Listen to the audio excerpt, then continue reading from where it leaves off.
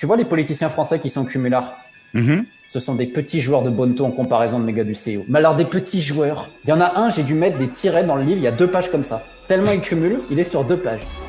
Et donc le slip français, ils ont fait des slips à 40 ou 50 euros.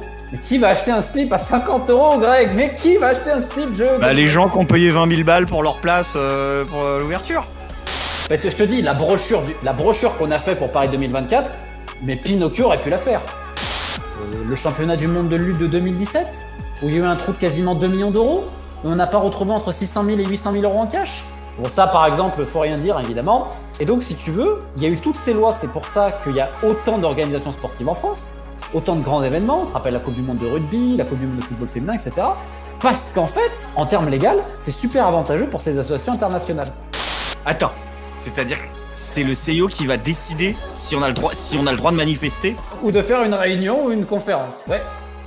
C'est-à-dire que ça conservait le sperme des gamins dans des bocaux pour des messes noires, etc. Pour jouer en sélection. Ah non, mais oui.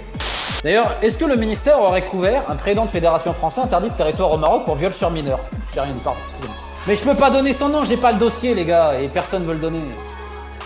Mais tout le monde est au courant parce que l'anecdote, elle m'a été racontée par des gens du ministère.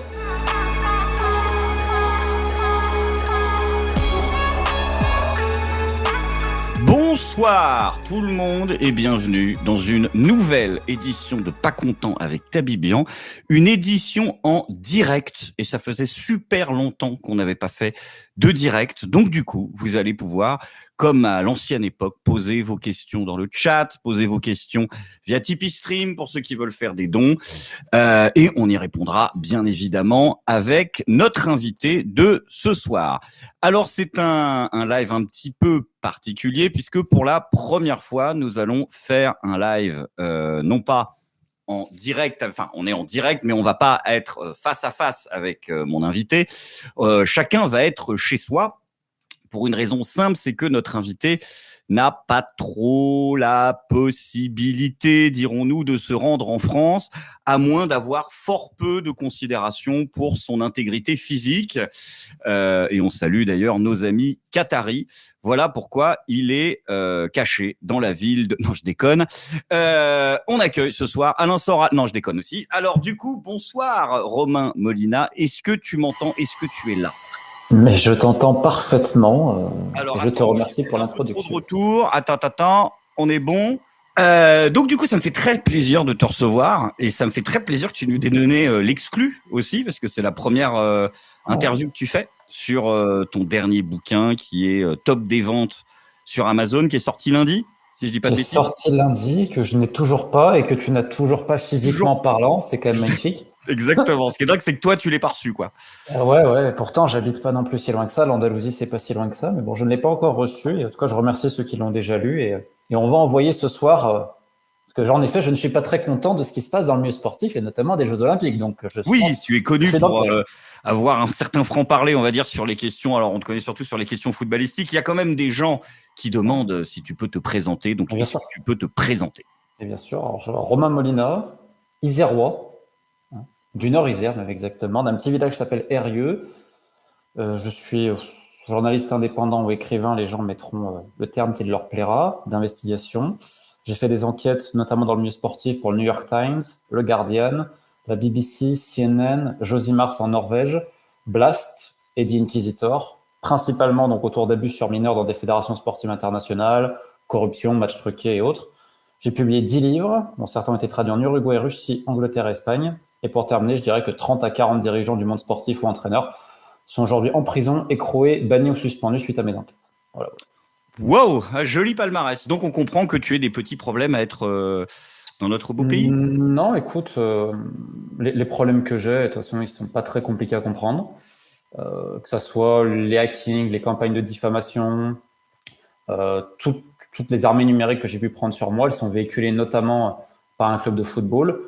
Mais c'est vrai qu'il y a certaines personnes au ministère de l'Intérieur et des Sports qui, visiblement, ils ont un peu des problèmes avec moi. Écoute, c'est comme ça. Je ne sais pas trop pourquoi. Moi, j'essaie juste de faire mon boulot pour rendre le monde du sport un peu meilleur. Mais visiblement, pour certains, ils ne l'entendent pas de cette oreille. Non. Et bien là, justement, ton dernier bouquin, tu ne parles pas de foot. Tu parles de la compétition des compétitions. c'est les Jeux Olympiques. Ouais. Dans ton dernier bouquin, et j'aimerais bien qu'on en parle de ce dernier bouquin, tu as décidé d'aborder le sujet des JO. Alors, des JO en règle générale, déjà, pour commencer. Je crois que tu commences à parler des JO spécifiques de Paris vers le chapitre 7, si je dis pas de bêtises, mais tu parles beaucoup voilà, des JO en général. On va plutôt quand même axer ça sur ces JO-là qui nous attendent parce qu'on ne peut pas tout couvrir. Bien sûr, en description de la vidéo, vous pourrez vous procurer, pas maintenant, mais au replay, ton bouquin. Et pourquoi tu as eu envie de faire ce sujet-là? Bon, déjà, premièrement, je commence à me diversifier parce que déjà, le monde du foot, remarque, il est stimulant intellectuellement. Hein, parce que tu as tellement de crapules et d'escroqueries que quand même, tu te dis à chaque fois, ils repoussent les limites de l'imaginable. Mais en fait, c'est le monde du sport en général. J'ai beaucoup fait sur le basket, la lutte, kickboxing, un peu d'escrime. Et puis, en novembre ou octobre dernier, j'ai intégré ce qui s'appelle... Alors que tiens, si tu veux un truc absolument surréaliste, j'ai l'ancien ministre des Sports du Guatemala qui m'appelle. Je ne sais pas pourquoi. Ah merde, là, en ce moment? La panthère Gamboa, je ne sais pas pourquoi. Bref. On peut lui répondre. Hein. Non, on va pas parler à la panthère Gamboa tout de suite quand même, parce qu'il me veut. Mais si tu veux, justement, c'est une anecdote, mais qui te montre en fait qu'à l'international, j'ai beaucoup travaillé, vu que je parle aussi anglais et espagnol. Et petit à petit, donc en octobre-novembre, j'ai intégré une plateforme qui s'appelle The Inquisitor, qui est un site, on va dire une plateforme autour de l'olympisme, fondée par un Allemand, Jens Weinreich, et donc il m'a demandé d'être l'un des cofondateurs. Okay. Et donc, si tu veux, j'ai commencé à pénétrer dans ce monde très bizarre qui s'appelle le CIO, le Comité international olympique. Alors, comment t'expliquer? La FIFA, tout le monde sait qu'il y a beaucoup d'argent, mais surtout la puissance, moi, qui m'intéresse. Et ce dont on ne parle pas forcément. Et comment le président de la FIFA, par exemple, est un acteur majeur aujourd'hui de tous les G20. Il est invité, d'année en année, on lui déroule le tapis rouge.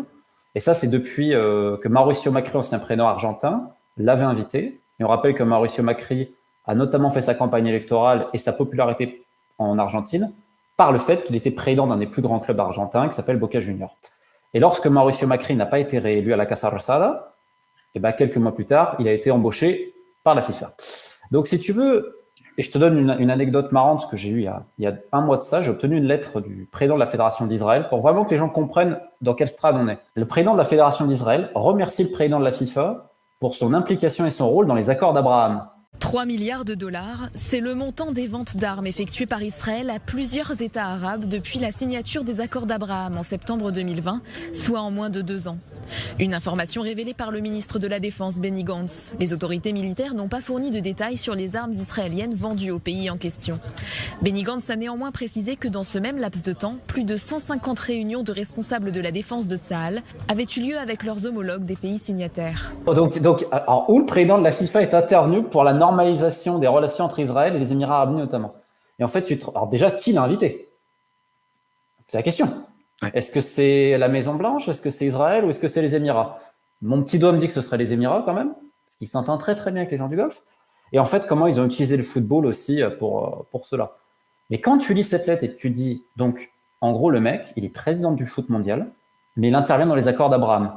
En fait, ça permet aux gens de comprendre le degré de puissance et potentiellement d'impunité qu'on a. Mais bon, ensuite, si tu veux, donc octobre-novembre, comme je te disais, je commence à vraiment pénétrer cette famille olympique. Et en fait, c'est pas du tout comme la FIFA.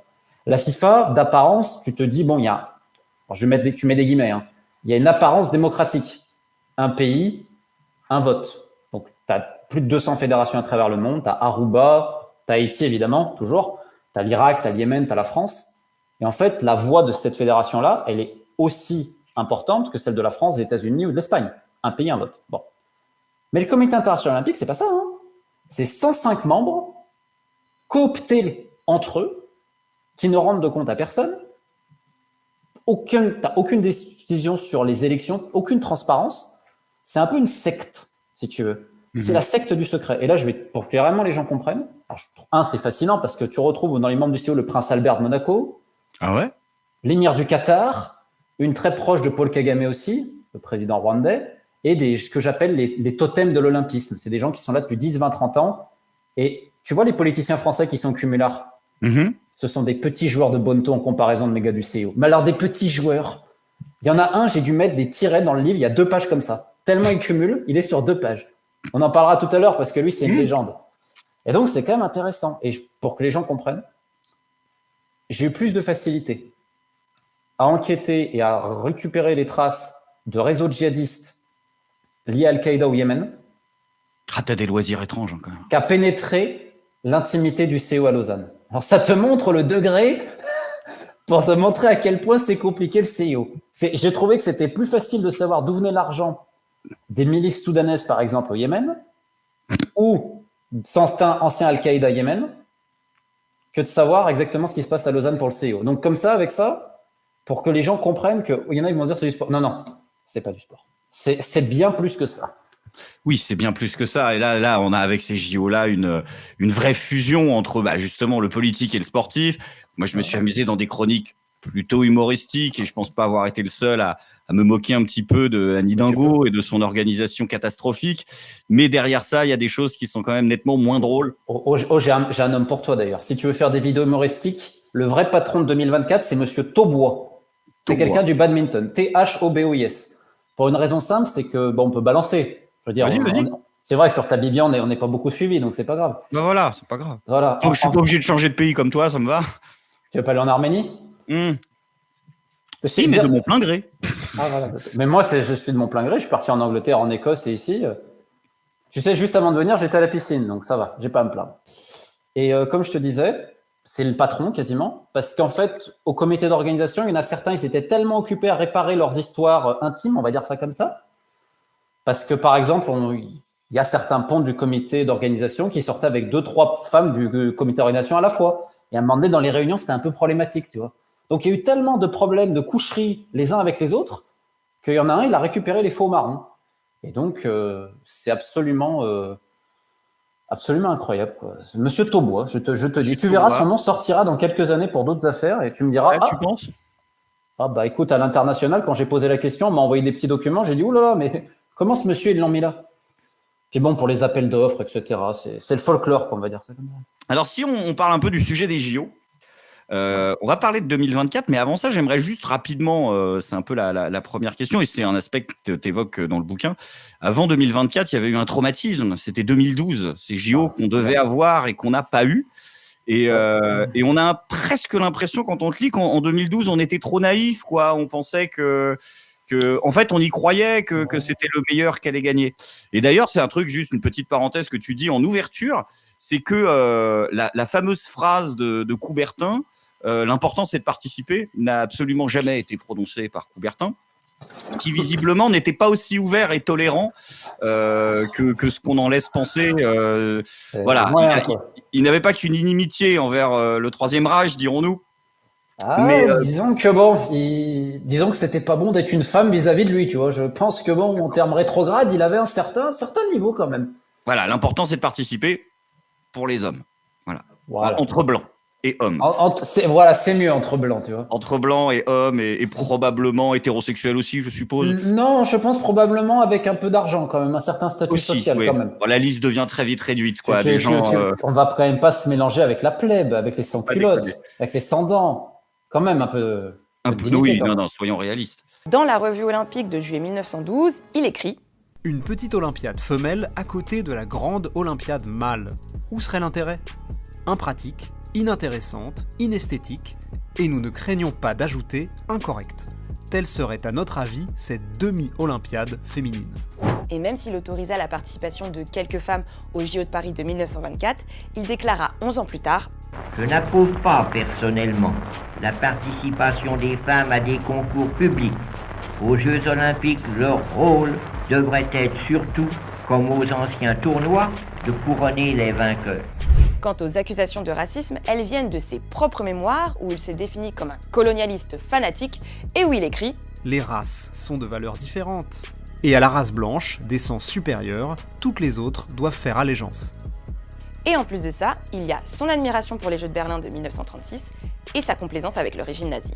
Il a laissé les nazis s'emparer des Jeux et organiser les Jeux Olympiques à 2 reprises, à Garmisch-Partenkirchen à l'hiver 35-36 et ensuite à Berlin en 1936. Il l'a fait en donnant sa bénédiction, il l'a fait en amitié avec Karl Diem, qui était l'équivalent du comité d'organisation aujourd'hui tel qu'on les connaît, et qui était un haut dignitaire du régime nazi. Et il l'a fait parce qu'il considérait que les Jeux de Berlin, tels que l'envisageaient les Allemands et les nazis, étaient l'acmé de sa vision des Jeux Olympiques. Et du coup, c'est quoi cette histoire de 2012 ? Est-ce que tu peux nous expliquer pourquoi à l'époque on s'est chié dessus ? Et puis je pense qu'on enchaînera simplement sur après comment ça se fait qu'en 2024 on les a eus. Mais ça, ce sera peut-être plutôt une partie plus longue. Mais pourquoi on les a foirés en 2012 ? Parce que pour moi, c'est un souvenir un peu lointain. Ce que je sais, ce qu'on disait un peu, surtout quand on est un peu chauvin, c'est que les Anglais nous ont baisés. Mais peut-être plus compliqué que ça, je sais pas. Games of the 30th Olympiad in 2012 are awarded to the city of London.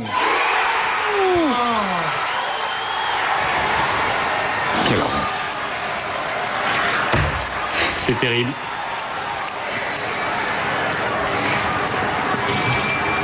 C'est Londres. Oh là là là là là là. Par exemple, hier, quand je montais dans ma chambre à l'hôtel, il y avait des gens qui descendaient d'entretien avec le Premier ministre britannique. Moi, j'ai pas eu d'entretien avec des membres du CIO dans ma chambre, puisque de toute façon, c'est interdit par les règles du CIO. Finalement, notre cuisine est la meilleure. Bah déjà, il faut savoir qu'en fait, les politiciens français ont une frénésie de l'olympisme.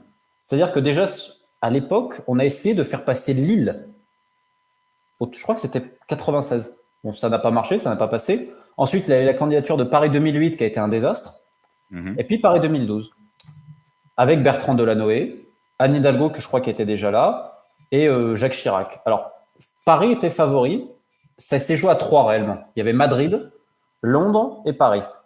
Il faut savoir que les Anglais, déjà à l'époque, parce que le vote, je crois qu'il se fait en 2005 ou quelque chose comme ça, ils avaient déjà une campagne de lobbying très agressive, très intense, avec Internet et les médias.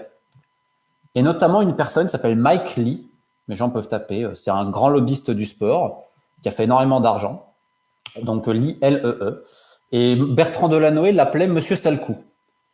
Et en fait, ils ont notamment visé Madrid, c'est-à-dire qu'ils ont monté en épingle certaines choses pour faire passer la candidature madrilène comme une candidature assez raciste, que l'Espagnol serait raciste, etc. et tout, parce qu'en effet, il y avait eu des cris racistes prononcés dans pas mal de stades de football. Donc en fait, ils se sont servis de ça pour monter en épingle et faire, on va dire, un peu de déstabilisation ici et là.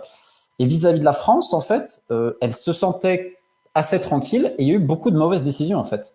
L'une des pires décisions, ça a été une décision de Bertrand Delanoë qui a attribué à Luc Besson, contre la coquette somme, je crois, de 6 millions d'euros, mais un espèce de film promotionnel qui allait être montré aux membres exécutifs du CO et tout. Sauf que le film, en fait, si tu veux, c'est cliché sur cliché, la vue sur la Tour Eiffel avec la baguette, enfin vraiment, mais c'est... et donc, tu as quelques stars du showbiz français, quelque chose qui est pompeux, enfin qui est... Honnêtement, c'était une catastrophe. Et donc, en fait, la campagne, elle se termine un peu comme ça, avec également un voyage en Afrique, où en fait, la France, on est en 2005 à l'époque, donc c'est-à-dire qu'en Afrique, la France avait encore énormément d'influence. Et donc, elle utilisait principalement un homme en Côte d'Ivoire et les réseaux, on va dire France-Afrique dans le sport, pour se garantir quelques votes. Et puis, les Anglais, eux, ils ont été beaucoup plus intenses, et notamment Tony Blair. Tony Blair s'est rendu à Singapour, c'est là où le vote se passait. Jacques Chirac est arrivé beaucoup plus tard.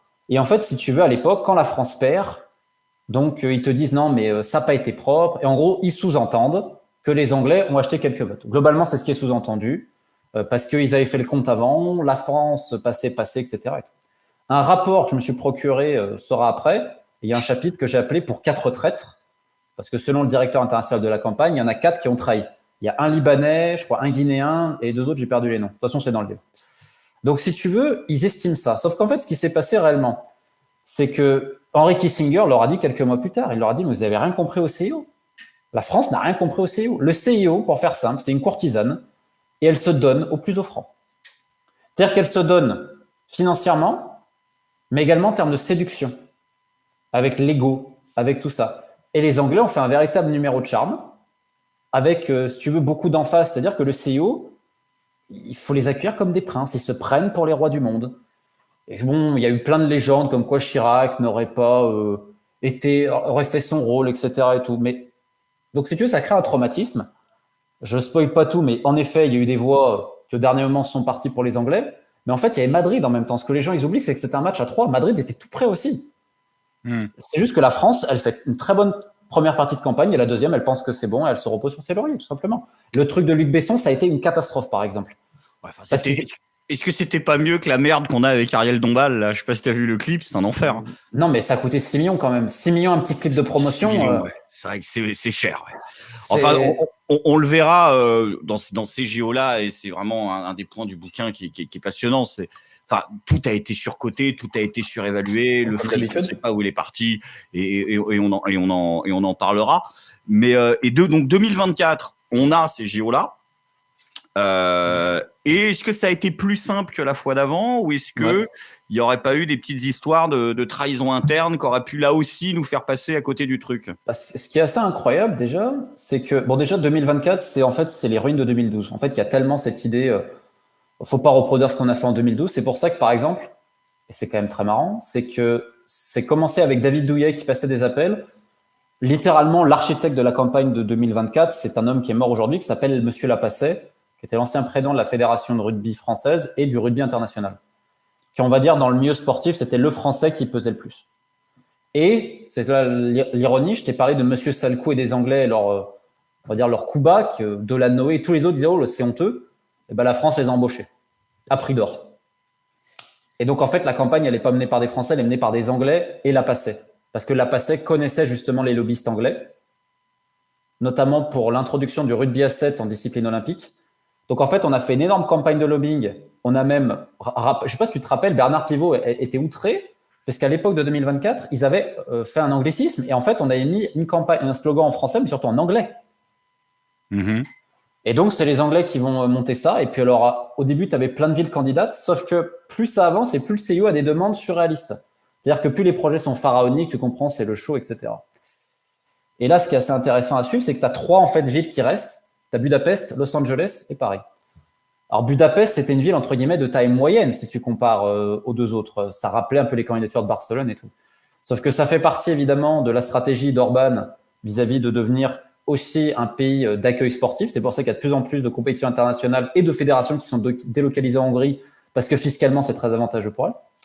Mais finalement, tu vas terminer avec la finale entre Paris et Los Angeles. Ce qui est très drôle, par contre, c'est qu'à la base, Los Angeles, c'est même pas eux, c'est Boston. Sauf que la ville de Boston, finalement, il n'y a pas d'emballement, donc finalement, ils mettent Los Angeles. Que Rome, auparavant, s'était retiré suite à un changement politique. Et en gros, ils ont dit, bon, on va arrêter les conneries avec l'argent public.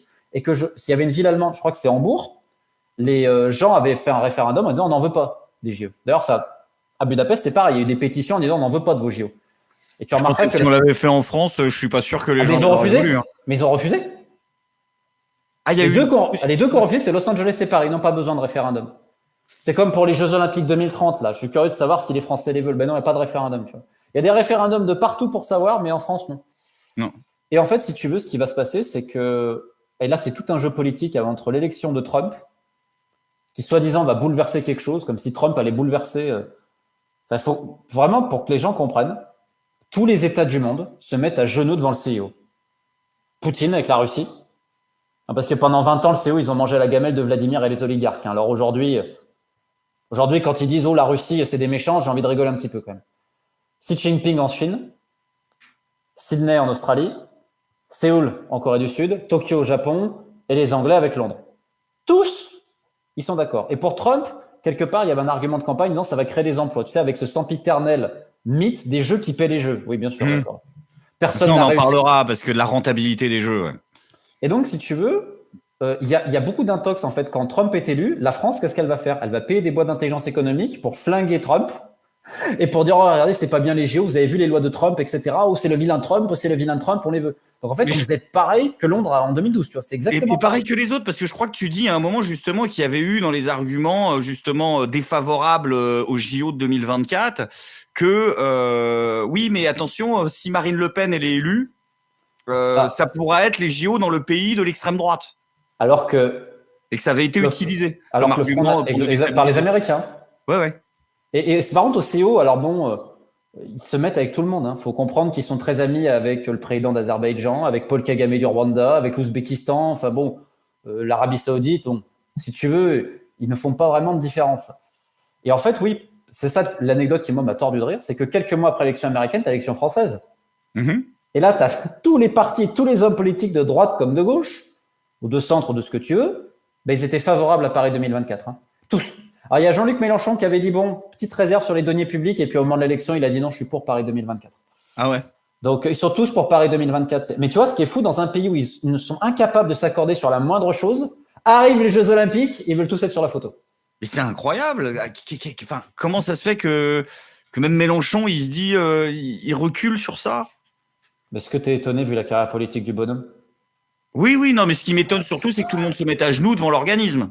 Ah ben surtout quand tu connais l'organisme en question. Ben oui. Parce que l'organisme, quand même, le trafic d'êtres humains, ça avait pas l'air de trop les gêner. Expérimentation humaine, bon, c'est pas trop grave. Tu fais référence à quoi, là? Ah ben, je te fais référence. Et c'est pour ça que j'ai fait ce livre comme ça, c'est pour dépasser 2024. C'est que, pour se rappeler, en Allemagne de l'Est à l'époque, ça existe aussi en Allemagne de l'Ouest, tu as eu ce qu'on appelle du dopage étatique. Et tu as des femmes, des hommes dont la vie a été brisée. Les nageuses de la RDA impressionnaient par leur physique imposant.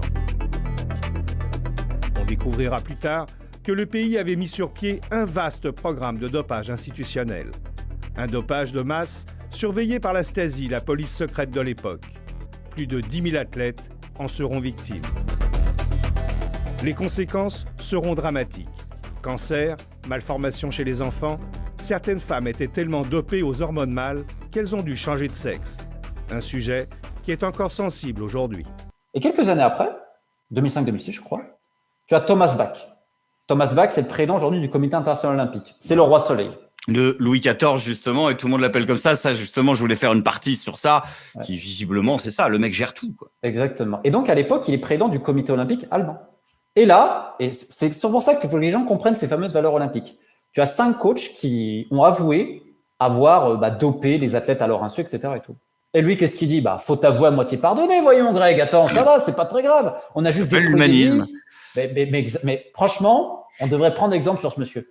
Mais alors, donc non seulement il demande à ce qu'il soit réintégré à la grande famille du sport allemand, mais en plus, quelques années après, lui, c'est un ancien escrimeur qui était en Allemagne de l'Ouest, sauf qu'il y a un rapport qui sort en 2013-2014 montrant qu'il y avait un dopage de masse également en Allemagne de l'Ouest. Et lui, il a dit... Ah, moi, je suis pas au courant, ça concernait pas l'escrime. Alors, ça concernait tous les sports, mais évidemment, heureux hasard, ça ne concernait pas le sien, l'escrime. Donc, il n'était pas au courant, tu comprends. Et le pire, c'est qu'il a essayé de se faire élire au CIO, et ça a marché, en jouant sur l'antidopage. C'est quand même beau, quand même, on va avouer.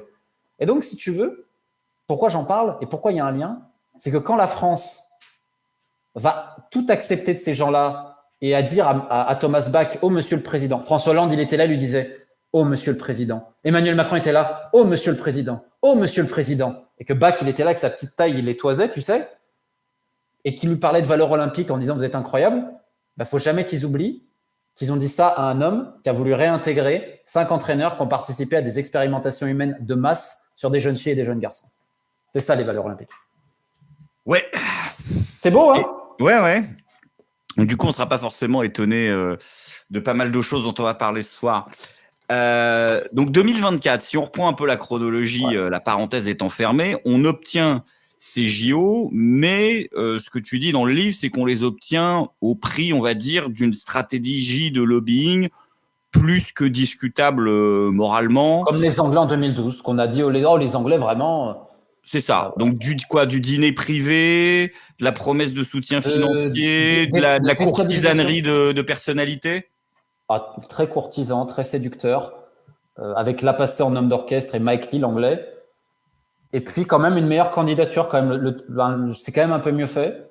Des fausses promesses qu'on ne tiendra jamais, évidemment, ça on en reparlera. Et puis en fait, le problème, c'est ce que je t'expliquais. Les projets sont de plus en plus pharaoniques, donc il y a de moins en moins de villes qui peuvent les faire. Et les JO deviennent de plus en plus impopulaires vis-à-vis des populations. Parce que des fois, tu as des États qui font des référendums ou des villes. Donc, et là, au CIO, ils se disent, non mais attends, il y a les élections en France. Alors, c'est pour ça, hein. Si ça avait été Marine Le Pen qui passait, il y aurait eu 2024 aussi. Hein. Oui. Jusqu'à Hidalgo n'aurait pas pris les photos, quoi, c'est tout. Mais ils auraient tous pris les photos. Attends. Puis alors, il me faut rire, le Rassemblement national. C'est eux qui ont voté en masse avec les LR pour la loi JO. Hein. Donc, et quand j'ai entendu, oh là là, si le RN passe, attention au JO. Mais le CIO aurait été très content du RN. D'ailleurs, ils avaient même des contacts informels pour la petite anecdote. Et donc, pour 2024, le CIO va se dire, écoute, on a Los Angeles et Paris, on ne peut pas perdre les candidatures. Donc, ils se sont dit, à quoi ça sert de faire des élections? On va en mettre un pour 2024 et un pour 2028. Donc, en fait, il n'y a pas eu de vote. Par contre, ça n'a pas empêché la délégation française, alors que c'était joué d'avance, de faire une petite virée au Pérou, à Lima, où se déroulait le vote sans opposant, qui a coûté à peu près 1 million d'euros. C'est ça, parce que donc du coup, ce que j'aimerais bien qu'on fasse oui. Dans cette première partie, c'est qu'on liste un petit peu, enfin je les ai listés, mais que tu les développes, tous les gros scandales de corruption que tu as découverts dans le cadre de ces JO de Paris 2024. Et effectivement, le premier de ces scandales, c'est que toi, tu parles de pots de vin pour l'obtention de vote. Et donc là, c'est pire. Ce serait des pots de vin pour l'obtention d'un vote, mais il n'y avait pas de vote. Non, en fait, si tu veux, c'est surtout la délégation française qui s'est rincé l'œil sur le dos du contribuable français, plutôt. C'est-à-dire que les mecs, on a fait une délégation de 300-400 personnes, j'ai eu un doute, okay.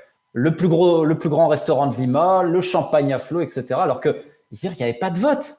Tu étais tout seul. Tu pouvais pas perdre.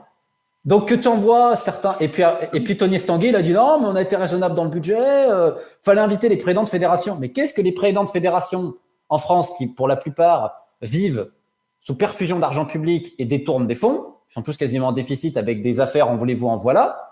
Bah, ces gens-là, il fallait les inviter parce que je te rappelle, Greg, c'est la famille. Tu te rappelles que la famille, c'est un terme de mafieux normalement. Tu sais, les mecs qui disent c'est la familia. Bah, tous dans le sport, ils te disent c'est la famille. Et puis écoute, je tiens juste avant de développer sur 2024 une chose. J'avais sorti les bandes audio dans le Guardian il y a 2 ans de comment à Sydney on avait acheté des votes. Et je peux t'annoncer un petit scoop. Tokyo, il y a eu des achats de votes. Il y a déjà plusieurs enquêtes à ce sujet-là. Et je peux te dire qu'il y a un Français qui a participé à ça. Et attends, le petit doigt me dit qu'il serait au comité d'organisation 2024. Ah merde. Oh, il aura acheté des votes en Afrique? Oh non. Mais attends, parce que c'est incroyable, parce que en fait, si on fait la boucle, c'est toujours une boucle. C'est-à-dire qu'en fait, il y a des mecs qui ont fait du lobbying pour que l'Angleterre l'ait en 2012, mais ces mecs-là, après, ont travaillé pour les Français qui ont fait du lobbying pour que ce soit les Français qui les ont. Et là, c'est les Français qui ont fait du lobbying avec les Anglais pour qu'on les ait, qui font du lobbying pour que les mecs d'après l'aient. Pour les Japonais avant 2020. C'est super écolo, en fait. Mais attends, Anne Hidalgo l'a dit, c'est les jeux écolos. Et Amélie Oudéa-Castéra aussi. Alors par contre, tu diras, si t'as Amélie un jour Oudéa-Castéra, parce que j'aimerais voir. J'aurais pas. Je te le dis tout de suite, je l'aurais pas. Non. Tu veux pas faire le flatteur et lui dire. Ah, mais moi, je veux bien, mais elle veut pas. Ah non. Tu sais, c'est le seul parti politique dont je n'ai jamais eu un représentant en interview. Mais tu vois, toi, pour tes numéros humoristiques, je pense que tu as quelque chose à faire avec les jeux écolos. C'est les seuls jeux écolos au monde qui ont cassé à 14 endroits de la barrière de corail. Oui, c'est quand même. Ça, on en parlera, oui, justement. Non, mais la définition de l'écologie, tu vois, dans le monde du sport, elle est réinventée, en fait. Les mecs se recyclent les uns les autres. Ils ont pété le corail, même pas pour les épreuves, c'est pour poser les pylônes des caméras. Oui, pour faire des WC très modernes et mettre la clim pour les juges et pour les dirigeants du CEO. Incroyable, fabuleux, c'est merveilleux. Non, mais donc en plus des pots de vin, donc tu parles toi de dépenses complètement injustifiées. Ah bah je vais t'en donner une pour te montrer à quel point on a des champions. Vas-y. Déjà, on va rappeler que tous les budgets de ces compétitions-là sont sous-estimés. Oui, c'est ce que tu fais la liste à un moment. Ouais. Donc nous, c'est quoi? Ça va coûter 12. On parle entre 11 et 12 minimum. Alors que c'était censé se monter 6. 6-7, ouais, c'était ça à peu près. Et je sais plus, c'était lesquels les records de JO qui devaient coûter 10 et qu'on coûtait 51. Je crois que c'est Sochi. Je crois que c'est x6 le budget. Mais c'est normal, ils ont 30. Je veux dire, Sochi, c'est quand même la Riviera russe, quoi. Faire les Jeux Olympiques d'hiver là-bas, fallait quand même faire quelques petites installations, quoi. Donc, ouais, c'est assez incroyable, mais tous, en fait. Et c'est là, en fait, où tu vois l'hypocrisie et les mensonges. Et c'est pour ça que c'est important, et c'est pour ça que j'ai fait ce livre-là, parce que tu as dû l'entendre. Oh, les jeux paient les jeux. Oh, il va y avoir un ruissellement économique. Oh, on va... Et donc, tu as des soi-disant experts, souvent payés, parce qu'ils peuvent être que payés, parce que c'est pas possible de dire des bêtises pareilles. Et tu as des études, tu sais, les études indépendantes, que tu commandes toi-même et que tu payes toi-même, c'est indépendante, pour te dire que c'est bien pour l'économie française. Alors, j'ai juste posé la question à tous les gens qui nous écoutent. Paris 2024 réussirait l'exploit que les États-Unis n'ont pas fait, la Russie, la Chine, le Japon, le Royaume-Uni et la Corée du Sud, tous, ils étaient en déficit. Tous. Je te parle pas des Grecs, des Italiens. Okay. Donc, c'est pas un mythe que ça n'a jamais été rentable. Mais en fait, faut lire un peu ce qui se fait à l'étranger. Le problème, c'est que nous, en France, on a des gens comme Rémi Dupré, tu as Le Monde qui a fait globalement un très bon suivi de tout ce qui se fait vis-à-vis des jeux. Le problème, c'est qu'il faut être abonné au Monde pour lire. Tu as quand même des gens comme Rachel Préti à l'équipe aussi. Tu as des gens qui font le boulot, attention. Le problème, c'est que tu as un article par-ci, un article par-là. Mais quand tu vas sur, on va dire, la diffusion de masse, on te met des gens, je ne sais pas s'ils sont payés ou pas, qui sont des lobbyistes, il n'y a pas d'autre mot, des communicants. Le CEO, Je rappelle que le stylo a quand même son officine de lobbying à Bruxelles aussi, hein, pour que les gens comprennent bien ce qu'on a. Qui ne l'a pas? Bah non. Mais je suis pas content, n'a pas encore son lobbying à Bruxelles? Non, j'ai pas. Non. Malheureusement, j'ai pas. Pas encore. Tu pourrais pour vendre des bonnets après. Bah voilà, bah ouais, c'est con, il y aura du merchandising. Tu peux que mieux faire que pareil. D'ailleurs, ce que tu dis dans le bouquin, c'est que pareil, le merchandising de ces JO-là, c'est pire que les autres. Enfin, c'est visiblement personne ne veut acheter nos mascottes là. Mais les mascottes. Le Clito là, ils veulent pas. Mais c'est pas mal encore la mascotte, ça va. T'as pas vu les chaussettes à 40 €, toi? Les chaussettes à 40 balles. Et il y a quoi sur les chaussettes? Non, mais franchement, les gens du chat, ils vont sur la boutique en ligne, il y a plus de 500 produits. Ouais. Et en fait, ils ont sous-vendu les licences, par exemple, aux coqs sportifs. Faut mettre les copains ou les entreprises françaises en difficulté. Pour qu'ils ont livré. Ça. Ouais, mais le problème, c'est qu'ils n'ont toujours pas livré. Il y a des retards et le comité d'organisation a dû donner 2,5 millions en plus en prêt aux coqs sportifs. Et moi, je te dis, il y a certains appels d'offres. Tiens, on va en parler. Ça. Bah, vas-y, on va justement. T'as aussi le slip français qui a récupéré quelque chose. Et donc, le slip français, ils ont fait des slips à 40 ou 50 €. Mais qui va acheter un slip à 50 €, Greg? Mais qui va acheter un slip? Les gens qui ont payé 20 000 balles pour leur place pour l'ouverture.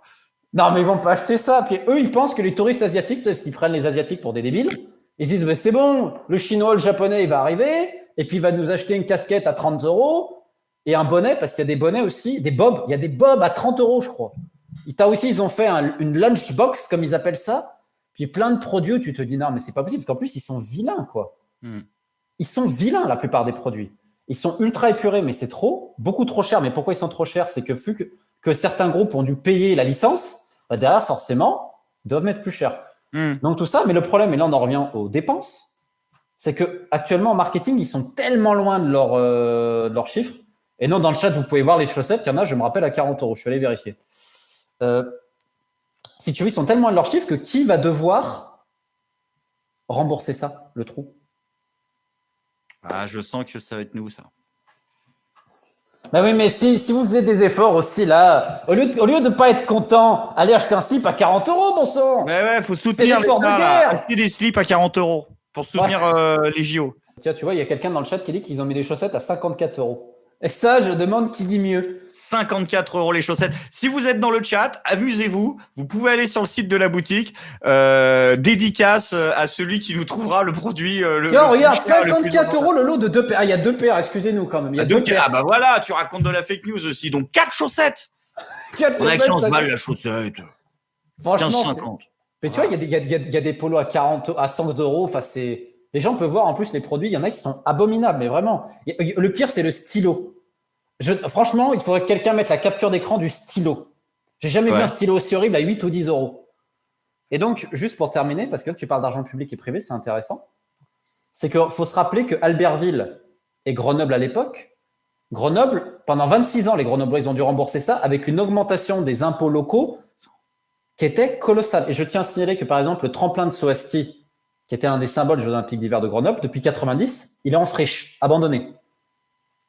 En friche? Ah bah depuis 30 ans, ouais. C'est con, ça pourrait être des trucs qui servent après. Tu vois, après, le problème, c'est vrai que c'est pas une grande discipline, donc il faut l'entretenir. Je comprends que ça coûte de l'argent. C'est comme la piste de bobsleigh de Lapline, c'est la seule qui est opérationnelle en France. Donc je comprends parce que c'est des petites disciplines et tout. Mais le problème, c'est que le souci du CIO, c'est qu'ils te demandent des installations de plus en plus grandes et tu te retrouves avec des éléphants blancs. Même au Japon, tu vois, par exemple, au Japon, ils ont dû faire une énorme salle pour la gymnastique. Aujourd'hui, il n'y a personne. Donc, ils ont gaspillé 200 ou 300 € d'argent public. Millions. Ton truc de bobsleigh, tu fous un carré de flotte en dessous, ça te fait un aquasplash. Ton machin là, t'en fais un hangar, j'en sais rien, tu peux l'utiliser. Tu fais des centres d'accueil pour migrants, j'en sais rien, tu te démerdes, tu fais un truc. Ah, on l'a. Le stylo. Oh, c'est le stylo, ça? Mais oui, regarde en haut. Mais je vois pas le diamètre, c'est inutilisable, c'est atroce. 8 €. Mais tu sais que ça a été validé en commission, ça, quand même. Il y a plusieurs mecs qui se sont dit, OK. Mais quel enfer. C'est un plug. Ils ont un gros problème de... Oh, l'enfer. Waouh. Et tu sais que ça, ces gens-là du comité, c'est payé par nos impôts. Ah bah oui. Donc, tu imagines, les gens, ils se sont dit, ça a été validé par plusieurs commissions, le stylo. Mais il n'y a pas que le stylo. Je te dis, ton équipe, elle peut regarder. ils vont trouver des produits incroyables. Tiens, là, il y a la fameuse Lunchbox, tiens. Il faut voir les prix aussi. C'est une boîte en plastoc, on est d'accord, et avec marqué miam miam. Ok, ça vaut combien ça? 6 €. Bon, ça va, ça. Mais non, mais montre l'autre. Il y a une autre Lunchbox qui coûte un peu plus cher. 22. Ah bah ouais, mais celle-là, attends, elle est... Elle est en plastique aussi. Puis après, tu as des tenues. Ah, il y a des gens qui ont trouvé un pins à 89 balles. Si. Non, c'est pas possible quand même. La tasse à 22 € déjà, elle est quand même pas mal. Hein. Quel enfer. Non, mais je te dis, va sur les slips, boxers et chaussettes. Là, c'est de l'art. 54 € le boxer. Mais c'est le même. Mais c'est le même que le normal. Ouais, 54 €. Mais c'est le slip français. Et qu'est-ce qu'il a de JO? Je vois pas. Eh ben, attends, mais il y a aussi... le petit truc là. Mais oui. En poil de cul, c'est... Ah ouais. Mais regarde les prix de ça. Mais qui va acheter ça? Je peux dire que je déboule avec ça au pucier, ma meuf, elle me fout dehors. 48 € le slip vert. J'avais le même quand j'avais 12 ans. Mais quel enfer. Je sais pas, peut-être les JO de 36, c'était plus rentable, mais ils avaient une main-d'œuvre pas chère. Mais nous aussi, d'ailleurs, parce que ça, justement... Ah oui, les sans-papiers, c'est vrai qu'on a régularisé. Des enquêtes ont mis au jour la présence de travailleurs irréguliers. Parmi eux, Moussa, originaire du Mali. Il dit avoir été exploité sur les chantiers de Paris 2024. Tous ces beaux stades que les gens voient, mais en réalité, ce qui se cache derrière, cela veut dire, ces stades-là, ils sont construits aux deux de pauvres. Il y a des chantiers que je fais, je travaille jusqu'à 20 heures. Si tu dis que tu ne veux pas rester, ils vont te faire des chantages. Ils vont dire soit tu restes, soit tu prends tes affaires. Gay est lui aussi originaire du Mali, lui aussi sans papier. Il nous montre sa carte d'accès au chantier du centre aquatique où il aurait travaillé clandestinement. Du coup, ton patron, il savait que tu étais sans papier ou pas? Mais oui. Ça, c'est la piscine. Oui, ça, c'est la piscine. À l'instar de son compatriote, il dénonce les mauvais traitements de ses employeurs et les heures non payées. Mais par exemple, tu travailles 2 mois, après il paye 1 mois. C'est comme ça. Mais j'accepte parce que il connaît mon situation, moi aussi je connais. C'est vrai que justement, c'est un truc dont on parlera, c'est que il y a eu aussi parmi les polémiques les volontaires mobilisés où ça frôle au travail déguisé. 45 000, c'est le nombre de volontaires, c'est-à-dire bénévoles qui seront mobilisés dans toute la France pendant les Jeux de Paris 2024. Pour vous donner une idée, c'est comme si tous les habitants de Dizon, la ville de Noisy-le-Sec, travaillaient pendant plus de 15 jours pour 0 €. Pour devenir bénévole, il ne suffisait pas de s'inscrire. Il fallait être sélectionné parmi les 300 000 postulants. Pour augmenter ses chances d'être retenu, Mohamed est passé par le programme Tous et Toutes Volontaires, qui est financé par la Seine-Saint-Denis. Ce qui est certain, c'est que les droits et devoirs des volontaires sont inscrits dans une charte établie par le comité d'organisation des Jeux Olympiques. On peut y lire que les volontaires pourront travailler jusqu'à 10 heures par jour, 48 heures par semaine, parfois dès 5 heures et jusqu'à 2 heures du matin. Et ça, c'est bien plus que la durée légale du travail à temps complet, qui est de 35 heures par semaine. Transport en commun et repas sont pris en charge, mais pas l'hébergement sur place. Tout le monde, c'est du salariat déguisé. Code du travail, ça existe dans ce pays, et quand on fait travailler les gens pendant 15 jours avec des cadences quand même assez soutenues, eh bien on les rémunère. C'est un détournement de l'esprit du bénévolat. D'ailleurs, avec un budget total pour les JO d'environ 8 milliards d'euros, si on fait les calculs, salarier les 45 000 volontaires à temps plein représenterait environ 80 millions d'euros, soit seulement 1% du budget. Mais le gouvernement assume, il y a toujours eu des volontaires pendant les JO, donc ils ne seront ni logés ni payés. Les volontaires étaient par définition des volontaires, c'est-à-dire qu'ils savaient qu'ils n'étaient ni payés, ni hébergés, ils savaient qu'ils se débrouillaient par eux-mêmes, et on se découvre beaucoup d'amis, vous savez, quand on vient comme ça dans un type d'événement. Mais alors que c'était une des autres grosses dépenses que toi tu as critiqué, le salaire absolument exorbitant des directeurs de ces jeux-là, notamment Anne Deschamps, aucun rapport avec Didier. Aucun rapport, non. Okay. Sauf au moment de passer à la caisse, visiblement. Ouais. Mais c'est-à-dire, dans quelle proportion, ils sont payés combien, les mecs qui organisent ça? Attends, juste avant que j'oublie. Oui. Il faut à tout prix que les gens voient aussi les génies qui ont fait, tu sais, normalement, là, tu parles du design des produits, ça m'est sorti de la tête. Ils ont mis France sur 2 lignes. Donc, tu as des produits où tu as FRA et en dessous, tu as NCE. Mais qui va acheter ça? Qui a pu valider des casquettes FRA et en dessous NCE? Non mais vraiment, et c'est sur des t-shirts et tout. Et il y a des chaussons à 78 € aussi. Des chaussons à 78 balles? Alors, j'étais étonné de ça. J'en ai parlé à quelqu'un, j'ai dit, mais parce que je te connaissais pas, j'ai dit, mais pourquoi il n'a pas fait de vidéo sur les produits dérivés des JO? Tu peux en faire, t'en as au moins pour 2 ou 3. On vient de la faire là. Hein. Ouais. Je peux te jurer que là, les gens iront voir et je pense qu'ils iront se marrer tout seuls, hein, parce que un unboxing. Non, allez vous faire voir. Je ferai pas d'unboxing. Tu fais pas un placement de produit? Non. Un partenariat? Non, si, de ton bouquin. Mais c'est tout. Ah bah ouais, mais il n'y a pas de placement. Mais écoute, et c'est gratuit en plus pour moi. Fais voir. Là, c'est quoi ça? Oh, mais quel enfer! Ah, il est en solde. Combien? Et normalement, il est à 38. Pardon. Oh. Mais même les boutiques là à Saint-Michel, là, tu sais, qui vendent les merdes pour touristes, ça, le mec, le paquis dans sa boutique, il dit non, je refuse. Mais il y a quoi de Paris 2024 en plus dans Je sais pas. Je sais pas, parce qu'en plus, il y a un sapin de Noël, alors que c'est des JO qui se déroulent en été. Donc, du coup, c'est. Ça n'a aucun sens, putain. C'est une catastrophe. Et alors, pour répondre à ta question sur le CO, les salaires exorbitants, les mecs, ils se sont augmentés en plus.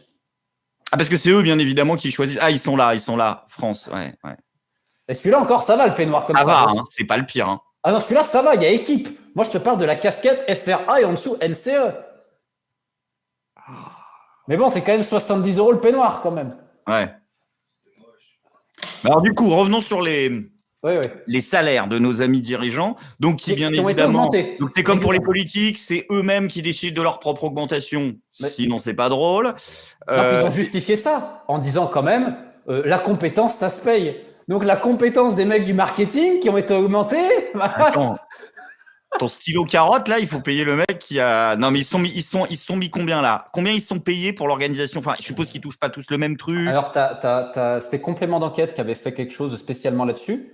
Alors, attention, c'est intéressant. Mais moi, ce que je vais te dire, c'est les avantages dont on parle pas. C'est-à-dire qu'en plus, il y a tous les frais et je peux te dire que ça vit très bien. En plus du salaire déjà proéminent, je crois qu'Estanguet, c'est. J'ai plus le chiffre en tête, mais je crois que c'est 240 000, quelque chose comme ça par an, plus tous les autres. Et en fait, le plus drôle, c'est que tu as des cumulards. C'est-à-dire que tu vas retrouver des gens dans plein de commissions. Et moi, il y a un truc qui m'a choqué, c'est que je me suis dit, mais attends, qu'est-ce que Bernard Thibault, il nous dit du bien des Jeux Olympiques? Quoi? Bernard Thibault, le syndicaliste? Eh bien, ils l'ont mis dans une commission. Bernard Thibault? Bernard Thibault? Tu te dis Bernard Thibault de Bernard Thibault? Bernard Thibault de Bernard Thibault. Ouais. Qu'est-ce qu'il est compétent de quoi? Eh ben, pour le droit du travail. Sur les conditions de travail des gens, sur quoi ils l'ont mis? Le droit du travail, etc. Je sais pas trop quoi. Et maintenant, il te dit, bon, c'est pas parfait, mais il y a du progrès. Mais il est dans une commission. Mais je vais te poser une petite devinette quand même. Parce que quand on parle de recyclage, là, c'est très fort. Quelle est la personne en charge, président donc, des audits pour le comité d'organisation 2024? Je sais pas. Allez, je te dirais qu'elle est au gouvernement. Ah oui, Amélie Oudéa-Castéra. Ah bah oui. Oui, bien sûr. Alors, en plus, tu vois, ce qui est génial dans le recyclage, c'est que donc je sais pas si c'est gratuit ou pas. Je crois visiblement elle fait ça bénévolement, donc faut quand même lui mettre un petit bravo. Ouais, enfin elle touche 15 briques à côté, donc. Oh, mais c'est rien comparé à ce qu'elle prend au tennis. Hein. C'est vrai, elle l'a dit. Elle avait dit j'ai fait ça et je suis devenue pauvre. Et le pire, c'est qu'elle a raison. Bah, elle n'est pas devenue pauvre, mais c'est vrai qu'elle a rogné par passion. Mais tu sais, elle est tellement forte et je pense qu'on a raison de la mettre pour les audits parce que son ministère, qui en fait, c'est un ministère, tu vois, le ministère, c'est pas des sports, c'est le ministère de sous le tapis. T'as rien un dossier sous le tapis. Et donc, depuis 16 mois, on attend la fin de l'audit pour la fédération d'escrime. 16 mois un audit pour l'escrime. Alors, ils sont à peu près 15 employés. J'imagine que ça doit prendre du temps. Et donc, ils se sont dit, on va la mettre, elle, en charge des audits. C'est vrai qu'elle le fait tellement bien dans son ministère. Et donc, si tu veux, c'est du recyclage. On met plein de gens dans des commissions. Mais encore une fois, ces salaires-là, c'est rien du tout par rapport au salaire du CEO. Hein. Parce que d'ailleurs, le directeur de la communication institutionnelle, monsieur Christian Klau, un Allemand, donc son petit surnom, c'est le chef de la propagande. Je te laisse deviner le salaire annuel. Allez, c'est en dollars. Je te laisse deviner, d'après toi, combien le chef de la communication institutionnelle du CEO prend par an. 200 000? Mais tu es un petit joueur. Déjà, je trouvais que c'était mon. 300 000? Mais tu es un petit joueur, un petit peu de respect. Arrête de déconner. Mais c'est des gens bien quand même. Oh, quoi? 540 000. 540 000 thunes? Et je rappelle que les athlètes, eux, le CO va leur reverser 0 pour les Jeux Olympiques. Et voilà. 7 gagnants. Qui dit mieux? Millions. Ouais. Et combien prend le secrétaire général du CEO, le Belge? Je retombe sur 200 000 parce que. Ah bah non, il prend plus du double, il prend plus d'1 million. Ah oui, d'accord. Par an. Putain, c'est un enfer. Toutes ces dérives, elles viennent du fait, c'est pour ça qu'en fait, il faut tout connecter, que tu as le comité international olympique qui te dicte ses lois et tu as les politiques qui disent oui, oui, oui, oui. Et juste, celle-là, je la mets maintenant pour que les gens comprennent le rapport. Normalement, Greg, je te pose la question, l'État, tu le mets où dans une pyramide? Normalement, l'État, il est en haut. Bon, ouais, alors, il est en haut, mais normalement. Il est juste en dessous Ursula von der Leyen, qui est juste en dessous Joe Biden. Mais c'est des petits joueurs comparés au CEO. Arrête de me parler de petits, là, Joe Biden. Et tous ces gens-là, ils mettent le tapis. Je corrige, Joe Biden. Les gens qui s'occupent de gérer les États-Unis à la place de Joe Biden, c'est compris. Mais c'est bon, ça que je voulais dire. Tous ces mecs-là, ils appellent Thomas Bach président quand même. Donc Thomas Bach, le patron du CEO tout en haut, tu mets le CEO tout en haut. Et ils ont fait signer, et c'est dans le contrat de ville haute, écoutez bien, ils ont dit que le comité d'organisation, donc Tony Estanguet, toute la fine équipe, est tenu de veiller à ce que les autorités françaises ne parlent avec aucun sponsor, etc. Donc pour le CEO, le comité d'organisation, donc Tony Estanguet, toute la fine équipe, doit surveiller l'État. Donc pour le CEO, tu as le CEO, un peu en dessous, tu as le comité d'organisation, et puis plus bas, tu as les États. Et tu as la France qui a dit oui, oui, on accepte de se faire surveiller par Tony Estanguet et M. Taubois et tous les autres. Alors justement dans les frais, en plus du scandale des 45 000 bénévoles, du salaire des dirigeants, des dépenses injustifiées, notamment pour des votes qui n'ont pas eu lieu, tu parles aussi des contrats d'infrastructure. Et ce que tu dis dans le bouquin, c'est que tous les contrats d'infrastructure, ou presque de ces JO, ont été complètement gonflés à balles, en fait. Alors, soit ils ont été sous-estimés, soit, mais après, ils vont te dire, oui, il y a eu l'inflation. Parce que les mecs qui les ont fait, c'est les gars qui ont designé les stylos, donc forcément, voilà. Mais et c'était les mêmes cracks qu'on a payés à prix d'or parce que, comme elle a dit Amélie Oudéa-Castéra, on paye la compétence. On paye la compétence. Mais là, ce que tu dis, c'est que la plupart des contrats d'infrastructure ont été complètement je vais donner ont été attribués à des entreprises à des prix qui sont bien au-delà de ceux du marché normalement. Quoi. Moi, je pense surtout de ce que je sais, c'est que ça a été sous-estimé à la base. En gros, on a sous-estimé à la base pour dire, regardez, le budget avec l'argent public, ça ira en fait. Avec le privé de ce qu'on a, c'est bon. Et en fait, tu as deux budgets en un. C'est-à-dire qu'à la fois, tu as le budget du comité d'organisation, et c'est pour ça que tous, ils disaient à 97%, ce sera du financement privé. Sauf qu'en fait, ce qu'ils ont oublié de dire, c'est que tu as tous les travaux à côté. Ça fait partie du budget. C'est conclu dedans. Mais non, mais non. Et bien sûr que... Ils ont le comité d'organisation. Comment tu fais un contrat d'infrastructure sans prendre en compte les travaux? Parce qu'ils n'ont pas compté ça dans le budget du comité d'organisation. Ils disent c'est autre chose, donc ça, ils ne l'ont pas montré aux gens. Et à travers des agences de relations presse, ils ont fait croire aux gens, tu peux retrouver les articles, oh là là, mais attendez, on est dans le financement privé. Regardez, le comité d'organisation se finance de manière privée. Ce qu'ils n'ont pas dit, c'est que toutes les infrastructures à refaire, c'est considéré ailleurs. C'est pour ça que le budget, il explose. Parce qu'en plus, il a été mal fait. Ils ont séparé les trucs. Oh là là. Mais bien sûr. Et là, maintenant, je vais t'en raconter 2-3 des génies. Alors, je rappelle que Valérie Pécresse avait promis la gratuité des transports. Bien sûr. Des nouvelles lignes de métro. Bon, bah, t'oublies encore.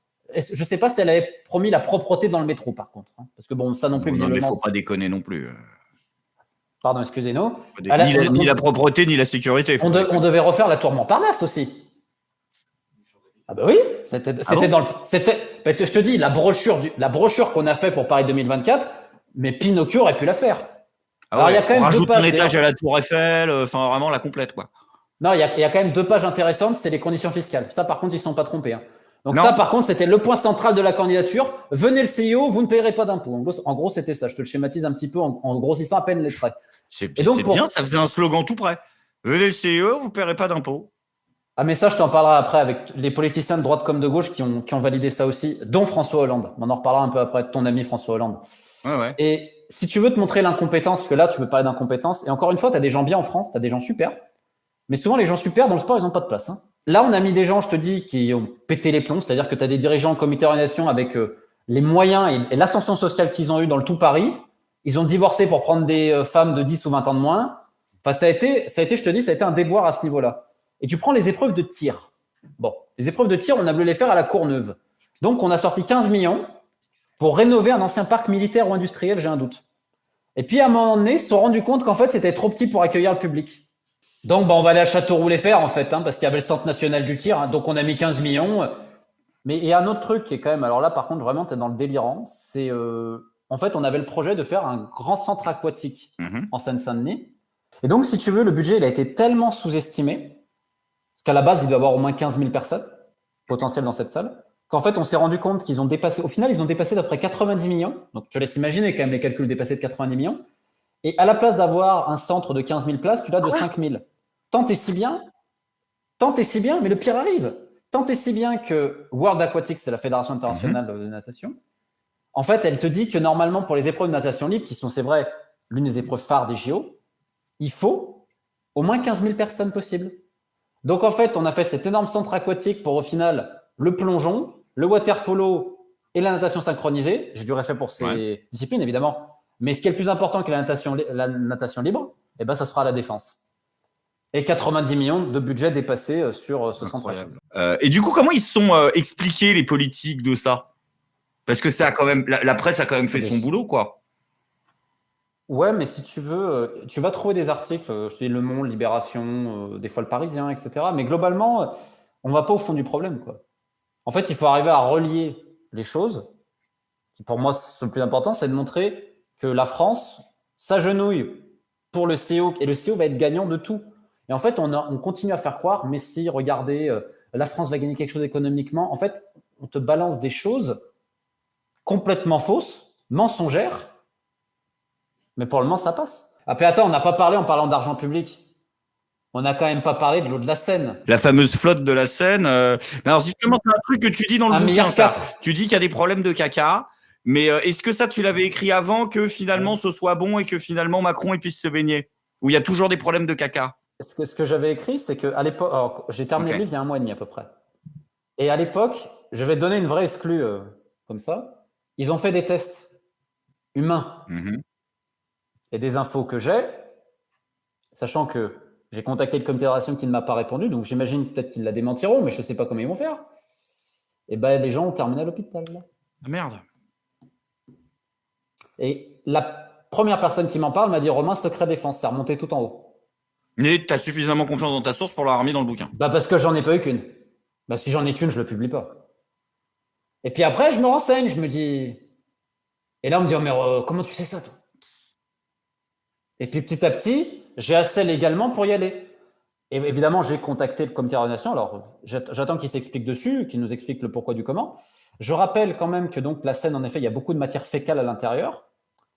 Et que donc, elle n'est pas propre aujourd'hui à la baignade. Donc, il y a ce plan de la rendre propre pour 1,4 milliard, qui coûte quand même pas mal d'argent. Ils te disent, oui, mais il fallait attendre le barrage d'Austerlitz. Et tu avais une ONG qui avait déjà fait des prélèvements et ils avaient montré qu'en effet, ce n'était pas possible. Bon. Moi, je vais te donner ce qu'ils voulaient faire il y a 1 mois et demi. Ils s'étaient dit, bon, ce qu'on va faire, on va faire une étude indépendante. Donc, c'est une étude qui commissionne eux-mêmes et qui paye eux-mêmes, mais qui est indépendante forcément, et qui va dire que ça passe juste avant. Et s'il y avait un problème, ils allaient justifier ça en disant, mais attendez, les Anglais au championnat du monde de triathlon l'an dernier à Sunderland, il y a 57 athlètes qui ont terminé à l'hôpital, qui ont été intoxiqués. Donc en gros, c'est ça l'idée. Et c'est là où tu te rends compte que le CIO, que la Fédération internationale de triathlon et que tous les gens qui gèrent les Jeux olympiques ou ces compétitions, la santé des athlètes, ils en ont rien à cirer. Tu parlais tout à l'heure d'un point, et là on va peut-être un peu pouvoir le développer. Tu disais, ils se sont mis super bien financièrement, mais il y a aussi tous les avantages fiscaux. Est-ce que tu pourras nous parler un peu de ces avantages fiscaux dont il bénéficie le comité d'organisation des Jeux Olympiques? Alors, je rappelle que le CIO, c'est uniquement ses sponsors, c'est lui qui a les droits de diffusion, c'est lui qui a tout. C'est-à-dire qu'à la fin, tu vois, ils jouent au bandit manchot et le CEO, ils ont toujours le set gagnant. T'as beau faire tous les trucs, c'est le CEO qui est gagnant à la fin. Et pour comprendre au niveau fiscal ce qui s'est passé, il faut remonter à Nicolas Sarkozy. À l'époque, Nicolas Sarkozy veut à tout prix l'Euro de football que la France aura en 2016. Quelle époque? Et donc, quand il est président. Ok. Et donc, il promet à l'UEFA, en gros, faut qu'on fasse l'Euro en France. Et en échange, exemption fiscale pour l'UEFA, qui est donc la Confédération européenne de football. Sauf que Nicolas Sarkozy ne fait pas un deuxième mandat. C'est François Hollande. Et là, ce qui est incroyable, c'est que comme je te le disais... pas le truc. Putain. Non mais, comme je te le disais, tu es d'accord que de droite comme de gauche, ils sont d'accord sur rien en France. Il n'y a aucun consensus. Oui. Mais là, encore une fois, ce que Sarkozy a promis, c'est Hollande qui va le donner. C'est-à-dire que sous le gouvernement Hollande va passer une loi, donc d'un gouvernement dit de gauche, permettant à toutes les organisations internationales sportives, en cas de compétition internationale ou d'envergure en France, ils te mettent quelques conditions, d'obtenir de grandes exonérations fiscales pour plein de choses. Il y a tous les détails dans le livre, de toute façon. Et ça, les conditions ne sont jamais respectées parce qu'officiellement, il faut que ça donne des bénéfices à la France. Le championnat du monde de lutte de 2017, où il y a eu un trou de quasiment 2 millions d'euros, et on n'a pas retrouvé entre 600 000 et 800 000 euros en cash. Bon, ça, par exemple, il ne faut rien dire, évidemment.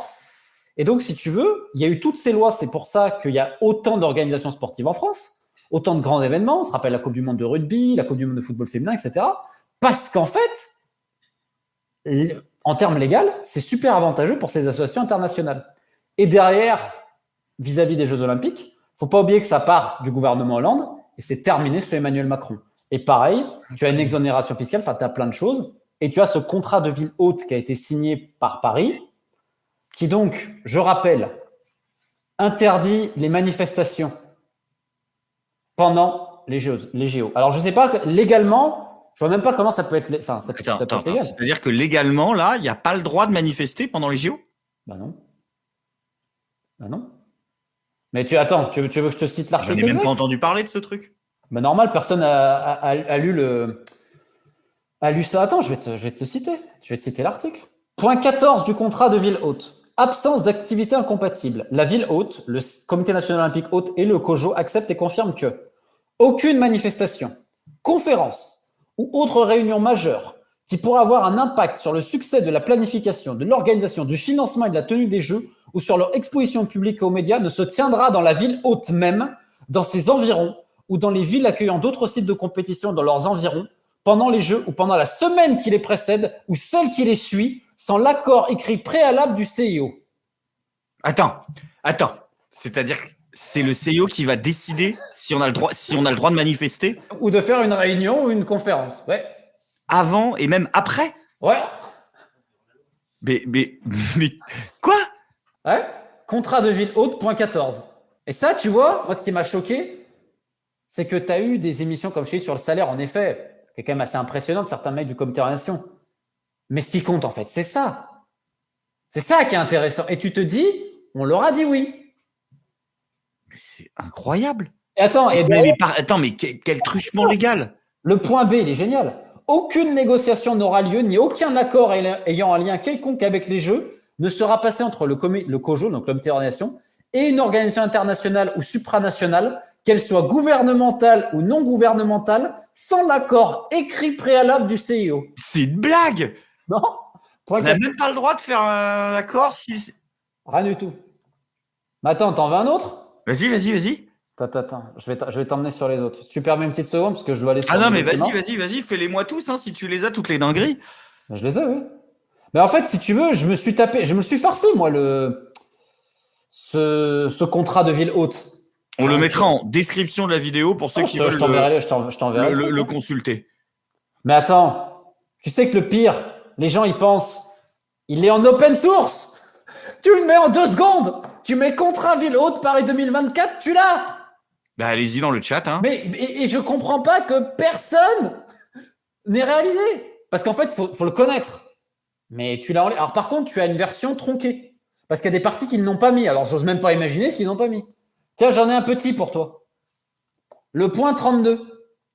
Le COJO veillera à ce que dans la toute mesure autorisée par les lois applicables, toutes les données, je répète, toutes les données d'utilisateurs collectées et traitées par ou au nom du COJO en relation avec l'expérience des spectateurs, les médias numériques et le relais de la flamme olympique, ainsi que d'autres secteurs d'activité du COJO abordés dans les conditions opérationnelles, puissent être transférés au CIO et utilisés par le CIO et ou des entités contrôlées par le CIO et autres tiers autorisés par le CIO. Donc en gros, toutes les données utilisateurs, allez, ça va au CIO. Mais attends, je ne résiste pas de te citer mon préféré quand même. Bah, vas-y. Parce que déjà, là, on est pas mal quand même. Mais on peut faire pire. Le contrat d'impôt et taxes, il est quand même assez marrant, en effet, ça je te le dis. Alors attends, il faut que je le retrouve parce qu'il y a quand même beaucoup de points.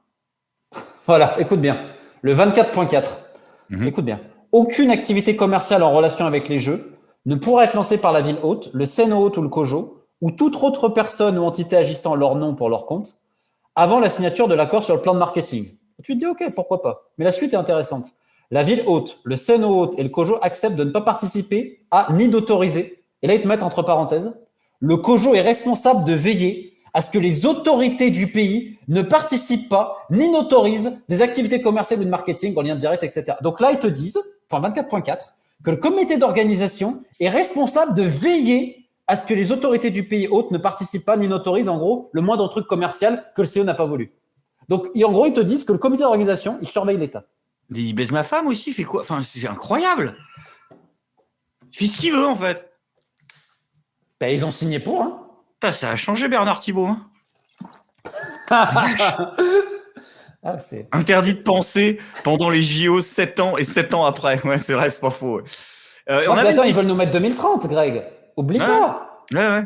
Il y en a un dont j'aimerais qu'on parle, c'est Thomas Bach, justement. Tu en as parlé un peu tout à l'heure. Le roi. Pour conclure sur ce sujet des JO de Paris 2024. Parce que, alors, si on est un peu chauvin, on a envie de se dire que le mec était de notre côté pour qu'on les ait. Mais en fait, bon, si on est objectif, il a respecté aucune règle. Donc, en quoi, en fait, il a influé? Alors, qui sait déjà? Est-ce que tu peux nous parler de ce monsieur-là et de l'influence qu'il a eu sur, on va dire, le fait que la France ait pu avoir ses JO? Bah, c'est l'un des hommes les plus influents du monde, qui est reçu par tous les chefs d'État qui lui sortent du président et le tapis rouge. C'est un ancien escrimeur allemand. Vous savez, c'est ce fameux homme qui... Il n'y avait pas de dopage dans l'escrime en Allemagne. Hein, le seul sport qui n'était pas touché, évidemment. Ouais. C'est notre homme. Et donc, son surnom à Lausanne, là où est situé le CIO, c'est de Kingston. Donc, littéralement, le roi soleil. Il a été élu au CIO avec le soutien d'un homme du Koweït, Al-Sabah, qui lui a été condamné plus tard par la justice suisse parce qu'il avait plus ou moins tenté un genre de putsch au Koweït avec des fausses vidéos et des fausses preuves. Al-Sabah, c'est exceptionnel. C'est pour tous ceux qui s'intéressent, vous mettez Al-Sabah, Koweït, Olympique, corruption. Alors là, c'est... Et Thomas Bach, donc, il est passé par ce biais-là. Il veut régner jusqu'en 2032, je crois, quelque chose comme ça. Et si tu veux, c'est l'homme tout-puissant. C'est-à-dire que le CEO travaille pour lui aussi. Et il y a tout un culte de la personnalité autour de lui. C'est-à-dire que tu vas retrouver des images de Thomas Bach en train de serrer des petites mains à des petites filles en Ouzbékistan, en leur donnant un petit maillot Jeux Olympiques, tu vois, ce genre de choses. Ouais, okay. On est dans le grotesque. Et en fait, alors Thomas Bach aime tous les leaders politiques hors Donald Trump. D'accord. Comment ça se fait? Écoute, ce qui est marrant, c'est que quand il est sorti d'un meeting avec Trump, il a écrit par SMS à ses plus fidèles collaborateurs, priez pour nous, en gros, on est foutus, quoi. Je sais pas. Alors que Gianni Infantino, président de la FIFA, il adore Donald Trump. Mais lui, il l'aime pas. Par contre, Emmanuel Macron, il l'adore. Il l'adore. Après, Donald Trump, en plus, c'est bizarre, parce que Donald Trump avait dit oui, globalement, à tout ce que voulait le CIO. Hein. Les Américains ont fait pareil que les Français. Hein. Et en fait, si tu veux, il a une relation très particulière avec la France, parce que déjà, il est francophile. C'est un mec qui parade de partout, qui est au G20, lui aussi, d'ailleurs. C'est un grand lobbyiste qui a ramené tous ces gens au CEO, dont le directeur de la communication institutionnelle à 540 000 $ par an, Christian Klau. Mais en fait, lui, son but, c'est d'assurer ses réélections et d'assurer son réseau politique. Et vu que la France a accepté toutes les doléances du CIO, je vais te raconter une petite anecdote qui est à mourir de rire. Donc, Thomas Bach 2024, en gros, ils disent « Ok, on met Paris en 2024 et Los Angeles en 2028 pour justement éviter de perdre l'une des deux candidatures vu qu'elles sont très bonnes en termes financiers et tout ça. » Okay. Et puis, la France candidate pour 2030, les Jeux Olympiques d'hiver avec les Alpes. Sachant que juste avant, je précise, on avait candidaté pour Annecy 2018, un désastre de candidature comme j'ai rarement vu, où c'est le frère de Becbédé qui a repris au dernier moment, qui est d'ailleurs un membre du MEDEF, 30 millions qui sont partis plus ou moins en fumée, mais c'est pas grave. Et donc, on se dit, bon, on va les avoir, ces Jeux Olympiques d'hiver, ça fait depuis Albertville quand même, c'est depuis 92. OK. Et là, j'ai parlé à tous les pontes de l'olympisme. Et puis, j'ai lu le dossier de candidature française. Tu peux mal le faire. Mais il est quand même particulièrement mal fait. Alors, c'est entre Nice, Briançon et la Savoie. Il n'y a aucune garantie financière, mais bon, pourquoi pas. Et en même temps, tu as la Stockholm qui candidate et les Suisses. Et je parle à Jens Van Reich, donc le journaliste allemand, un des mecs qui a le plus sorti de trucs sur le CEO. Et lui, il a vraiment des grosses sources, tu veux. C'est un ancien. Et il me dit, non, mais les Suédois, ils auront jamais ça. Je lui dis, pourquoi? Bah, il me dit, parce que l'une de ses sources au CEO, très importante, lui a dit, Non, la Suède est trop une démocratie. Donc la question c'est, si la Suède c'est trop une démocratie, ça veut dire quoi de la France qui a été favorisée? C'est vrai que la formulation est quand même douteuse et l'aveu derrière est... Et donc, sans un dossier technique moyen... Curieux. Et donc les Suisses, finalement, ils veulent pas. Et en octobre-novembre dernier, le CEO dit, on va rentrer en discussion exclusive avec la France pour leur donner en 2030. Et l'idée, en fait, c'était mi-juillet, Thomas Bach allait donner à Emmanuel Macron également 2030. Sauf qu'il faut une garantie financière. Et Gabriel Attal refuse de la signer. Bon, bah, tu sais pas. Normalement, la France est le seul candidat, mais il y avait les Suisses aussi. Et en gros, c'est un coup politique. Mais, comme je te dis, Attal refuse de signer la garantie. Ce qui crée des bisbilles entre les deux au sommet de l'État. Mais voilà, la vraie question pour les gens du chat, si la Suède est trop une démocratie, pour le CEO, qu'est-ce qu'est la France? Je pense qu'on a tous une petite idée. Donc, encore une fois, c'est un manque d'organisation, pas de professionnalisme, et en fait, tout est fait à l'arrache. Alors, globalement, les jeux, ils vont marcher. Il va y avoir des problèmes un peu sur les transports, sur ci, sur là. Le vrai problème, t'as ça et t'as la cérémonie d'ouverture. Le vrai problème, c'est la cérémonie d'ouverture. Ouais. Mais je vais te poser une question. Les cérémonies d'ouverture, normalement, elles se déroulent dans un écrin, dans un lieu fermé. Ou peut-être un petit parcours, si tu veux. Là, l'idée, c'est de faire 6 km, je crois, de parcours. Un truc grandiose avec un budget 4 fois plus grand que celui de la cérémonie d'ouverture de Londres. Hein. Et le CEO adore ça, tu sais. Plus c'est grandiose, plus c'est du spectacle, mieux c'est pour les télés, mieux c'est pour les annonceurs. Sauf que là, même le CEO, ils ont freiné des cas de fer. Parce qu'en fait, l'idée, pour Emmanuel Macron, c'était de parader pendant 6 km. L'idée, en fait, des JO, c'est ce que j'explique dans le livre, c'est que ça devait être l'apogée du règne d'Emmanuel Macron. Bon, c'est un peu raté pour le moment. C'est vrai. Et à un moment donné, c'est ce que là je vais raconter, tu as les Américains et les Israéliens qui sont allés voir en France, sur les services français hautes, en disant « Mais vous n'êtes pas fous, vous allez sécuriser comment 6 km autour de la Seine avec autant de buildings? Vous allez mettre des gens dans tous les appartements qui auraient une possible fenêtre de tir ?» C'est ce qu'avait dit Alain Bauer, pareil. Il avait dit, moi, si vraiment vous pouvez m'expliquer comment vous arrivez à ce miracle de sécuriser la cérémonie d'ouverture, je veux que vous me le disiez parce que c'est pas possible. Tu veux pas? Et donc, les Américains ont tapé du poing sur la table, les Israéliens ont tapé du poing sur la table. Et ils ont réduit un petit peu, mais c'est toujours beaucoup trop compliqué. Et dans le même temps, tu as très peu de moyens donnés à la sécurité. Je peux te dire que les boîtes de sécu, on les fait travailler comme des chiens. D'ailleurs, il y en a plein qui n'en peuvent plus. Pareil, parce qu'on a pété le droit dominical. Enfin, tu vois, les JO ont permis aussi d'être liberticides sur le droit du travail en France. Et puis, on a eu un autre problème, c'est que comme toute compétition internationale, tu as des fois, tu sais, des contingents étrangers qui viennent renforcer un peu les trucs de sécurité. Oui, on nous l'a dit d'ailleurs. Non, mais ça arrive. Le problème, c'est qu'en France, c'est massif, notamment pour les chiens renifleurs et les maîtres chiens. On s'est rendu compte qu'on a un énorme manque à ce niveau-là. Et si tu veux parler aussi des génies, ils se sont rendus compte il y a seulement quelques mois qu'en fait, tu pouvais accéder au Stade de France par les bouches d'égout et potentiellement poser une bombe. Donc, les bouches d'égout viennent d'être scellées il y a quelques mois seulement. Ça, c'est ce que vous retrouvez notamment dans le livre. Tu vois. Bah justement, il est en description de la vidéo pour ceux et celles qui veulent se le procurer. Alors, je pense qu'ils vont passer un bon moment. Écoute, les retours, je l'ai écrit comme un polar, et en plus pas trop cher, 14 €, et 7,99 en Kindle. Tu vois, j'essaye de faire un truc pour tout le monde, que ça soit accessible, ni trop long ni trop court, et qu'ils prennent un bon moment pour l'acheter. Et puis voilà. Et en plus, je te dis un truc, l'édition a été faite avec une imprimeuse. C'est une imprimeuse qu'on dit? Ouais. Je sais pas comment on dit. La machine, en tout cas, une machine de 80 ans en France pour avoir une couverture spécialement un peu avec des dorures particulières, etc. C'est-à-dire qu'il y a un soin qui est donné aussi au produit. Et on a même, ça c'est mon éditeur qui me le dit, donc je me permets de faire mon moment promo, pour un slip vert du Kojo à 42 €, et ben nous on propose un coffret à 37 € avec mes 3 derniers livres. Ah bah voilà, bah c'est parfait. Donc, on mettra aussi. C'est moins cher que le slip vert, et on a une paire de chaussettes et demie avec ça. C'est quand même, ce serait con de pas en profiter.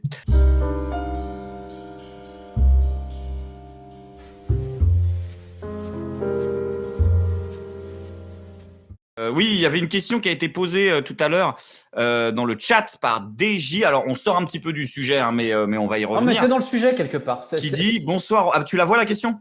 Ouais. Sur le Bonsoir taekwondo. Romain, je fais partie du groupe qui a fait condamner la Fédération française de taekwondo le 3 mai 2023. Suis-tu cette affaire scandaleuse?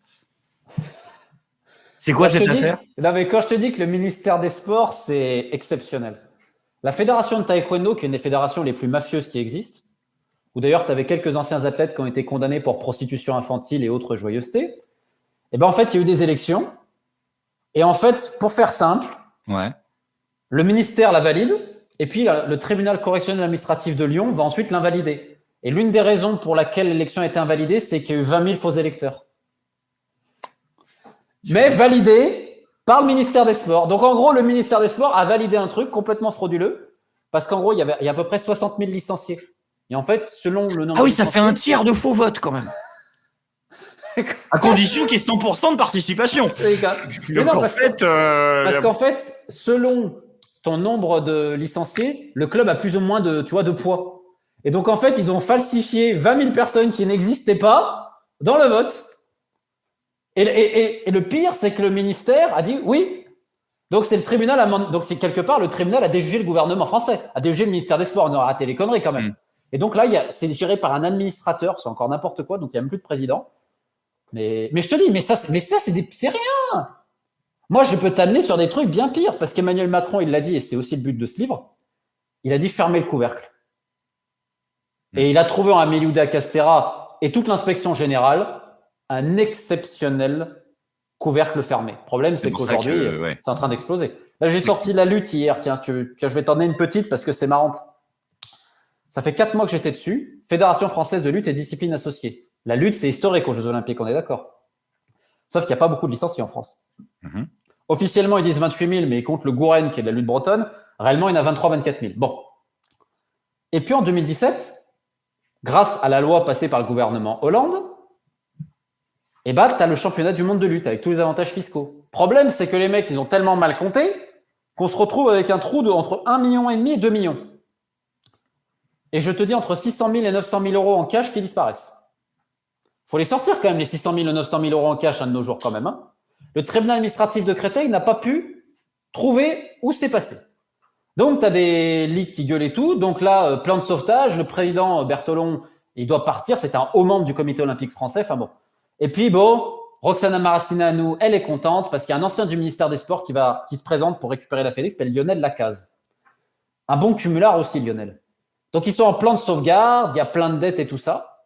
Et puis, quelques années plus tard, ça, ce qui est absolument incroyable, c'est que, en fait, on se rend compte, alors, l'opacité, tu oublies, il y a une plainte qui a été déposée au procureur de la République de Créteil pour emploi fictif, faux, usage de faux, soupçon des détournements. Je peux te dire que c'est la régalade. C'est-à-dire qu'il y a une compétition, tous les dirigeants, ils vont en 5 étoiles. Et le couple présidentiel, on va appeler ça comme ça, entre Monsieur Lacaze et sa directrice technique nationale, ils se remboursent même leurs frais. En fait, normalement, tu dois valider tes frais par un conseil d'administration. Eux, ils s'en foutent. Hein. Appartement, les petites notes, pour tout ce que tu veux. Tant et si bien qu'en fait, le conseil d'administration a découvert il n'y a pas longtemps qu'il y avait 500 000 euros de dettes à l'INSEP, donc le grand centre français pour la performance. Des dettes, par exemple, qui n'ont pas été. Le Novotel de Nice, l'an passé, il y a une facture de 45 000 euros, elle n'a toujours pas été payée. Les petits fournisseurs, c'est pas payé. La commissaire aux comptes, elle valide toujours. Alors, tu te demandes à quoi elle sert, la commissaire aux comptes. Et tu te dis, dans un chaos pareil, parce que là, c'est quand même grave, l'année dernière, le ministère des Sports est averti et tu as des députés françaises et un sénateur qui écrivent directement à Amélie Castera pour la première des dérives. Alors, Amélie Castera ne répondra pas aux députés, mais répondra aux sénateurs en disant « Oui, j'ai transféré ça ». Bon, évidemment, rien d'autre. Le secrétaire général de la fédération, qui est employé du ministère, parce qu'il est fonctionnaire, il est directeur technique national de la boxe, il envoie également une alerte. Alors, je te pose la question. Quand tu vois l'état de cette fédération, et encore, je n'ai pas parlé de tous les dossiers cachés, tout le reste. Là, je te parle juste des finances. Toi, tu es ministre des Sports, tu réagis comment? Tu fais quoi? Je les convoque dans mon bureau et rends l'argent. Mais au moins, tu t'en lances un. Non, mais moi, je les convoque dans mon bureau et je leur fais rends-moi mon stylo, quoi. Je veux dire, au d'un moment, il faut arrêter de déconner. Un stylo à 8 euros? Ouais, voilà, rends-moi le stylo déjà à 8 euros et je leur dis non, mais genre, je les dégage. Enfin. Le ministère des Sports a enquêté sur le mec qui a dénoncé ça. Ils ont commencé à poser Gérard Santoro, ils ont commencé à poser des questions sur lui et tout. Et puis évidemment, quand même, on a augmenté les subventions. Attends, on donne 2,5 millions à la lutte par an. Et malgré ça, ils sont en plan de sauvegarde, ils trouvent le moyen d'être en dette. Et alors, tu veux le mieux? Quand Amélie Castera était pas bien, à l'Éducation nationale, je sais pas si tu te rappelles, il y a eu la tribune des gens dans le sport qu'on dit oui, vive Amélie Oudéa-Castéra. Et le président et la directrice technique nationale de la lutte, évidemment, étaient parmi les fers de lance de cette tribune soutenant notre cher ministre des Sports. Mais il faut mettre le couvercle. Oh, incroyable. D'ailleurs, je serais curieux de savoir comment l'entraîneur ukrainien de la lutte, il est payé. Pour ceux que ça intéresse, les gens de la lutte, ils comprendront ce que je veux dire. Il y a une question qui a été posée par Faucron, qu'on remercie pour son don. Merci beaucoup, qui dit « Bonjour Greg, bonjour Romain. Concrètement, quelles seraient les conséquences d'une annulation des JO à ce stade? Est-ce encore possible ?» En fait, c'est parce que Le Point a fait un article la semaine dernière, un édito, où ils ont dit « Oh là là, ça peut être annulé. » Alors, quand j'ai vu ça, j'ai dit « Attends, tu crois que le CEO va s'asseoir sur les milliards qu'ils récupèrent de droits de diffusion, etc. » Jamais. Donc, le premier point, c'est que j'ai appelé et envoyé des messages à ce que j'appellerais les totems du journalisme olympique dans le monde entier. Donc, des Norvégiens, des Danois, des Allemands. Parce que si quelqu'un peut le savoir, c'est eux. Je veux dire, j'ai du respect pour Le Point. Mais déjà, moi qui suis depuis 13 ans dans les coursifs du sport, j'ai galéré comme pas possible. Et je te dis, j'ai eu plus de facilité à remonter des trucs d'Al-Qaïda que le CIO. Avec tout le respect que j'ai pour le mec du Point, je sais très bien qu'ils n'ont personne au CIO. Parce que c'est quasiment impossible. Et si quelqu'un devait être au courant, je me suis dit, c'est les mecs qui sont là depuis des décennies, qui ont tout sorti, etc. Donc les mecs me disent, en gros, mais qu'est-ce que tu me racontes comme connerie? Puis après, je me renseigne un peu, c'est énorme bullshit. Donc je mets non. Quelques heures plus tard, démenti, mais Le Point, et le JDD aussi qui avait publié derrière, et en fait, ils ont dit que c'est les Russes. C'est la désinformation. C'est les Russes. C'est les Russes. C'est les Russes. Tout à l'heure, il y a un mec dans le chat, il a dit c'est les sionistes. Non, c'est les Russes. Sionistes. Alors c'est un peu vrai. Oh putain, merde. Et là, le live est mort. Non, mais les Russes, je te parle. Ah oui, Parce qu'en effet, il y a des entreprises de troll farming. Oui. Mais comme la France fait du troll farming en Afrique, pour ses intérêts, comme l'Azerbaïdjan fait du troll farming, comme les Émirats, comme plein de pays. Alors les Russes en font un petit peu là-dessus, mais tu vois, encore une fois, le CIO, c'est plein des Russes aussi. Et j'ai envie de leur dire, mais attends, Thomas Bach, président du CIO, Poutine, il t'a pas donné, il t'a pas décoré?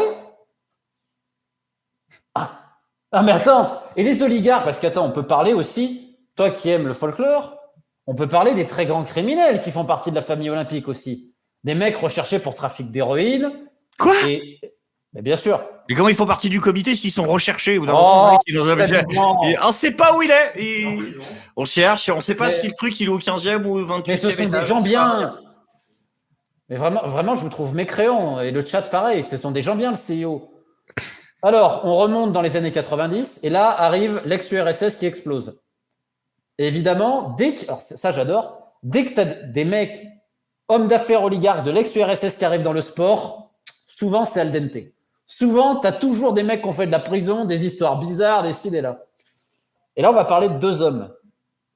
Alisher Ousmanov et Gafour Akimov. Ousmanov, oligarque assez connu. Alors lui, il réfute ce terme-là, il dit que c'est un homme d'affaires.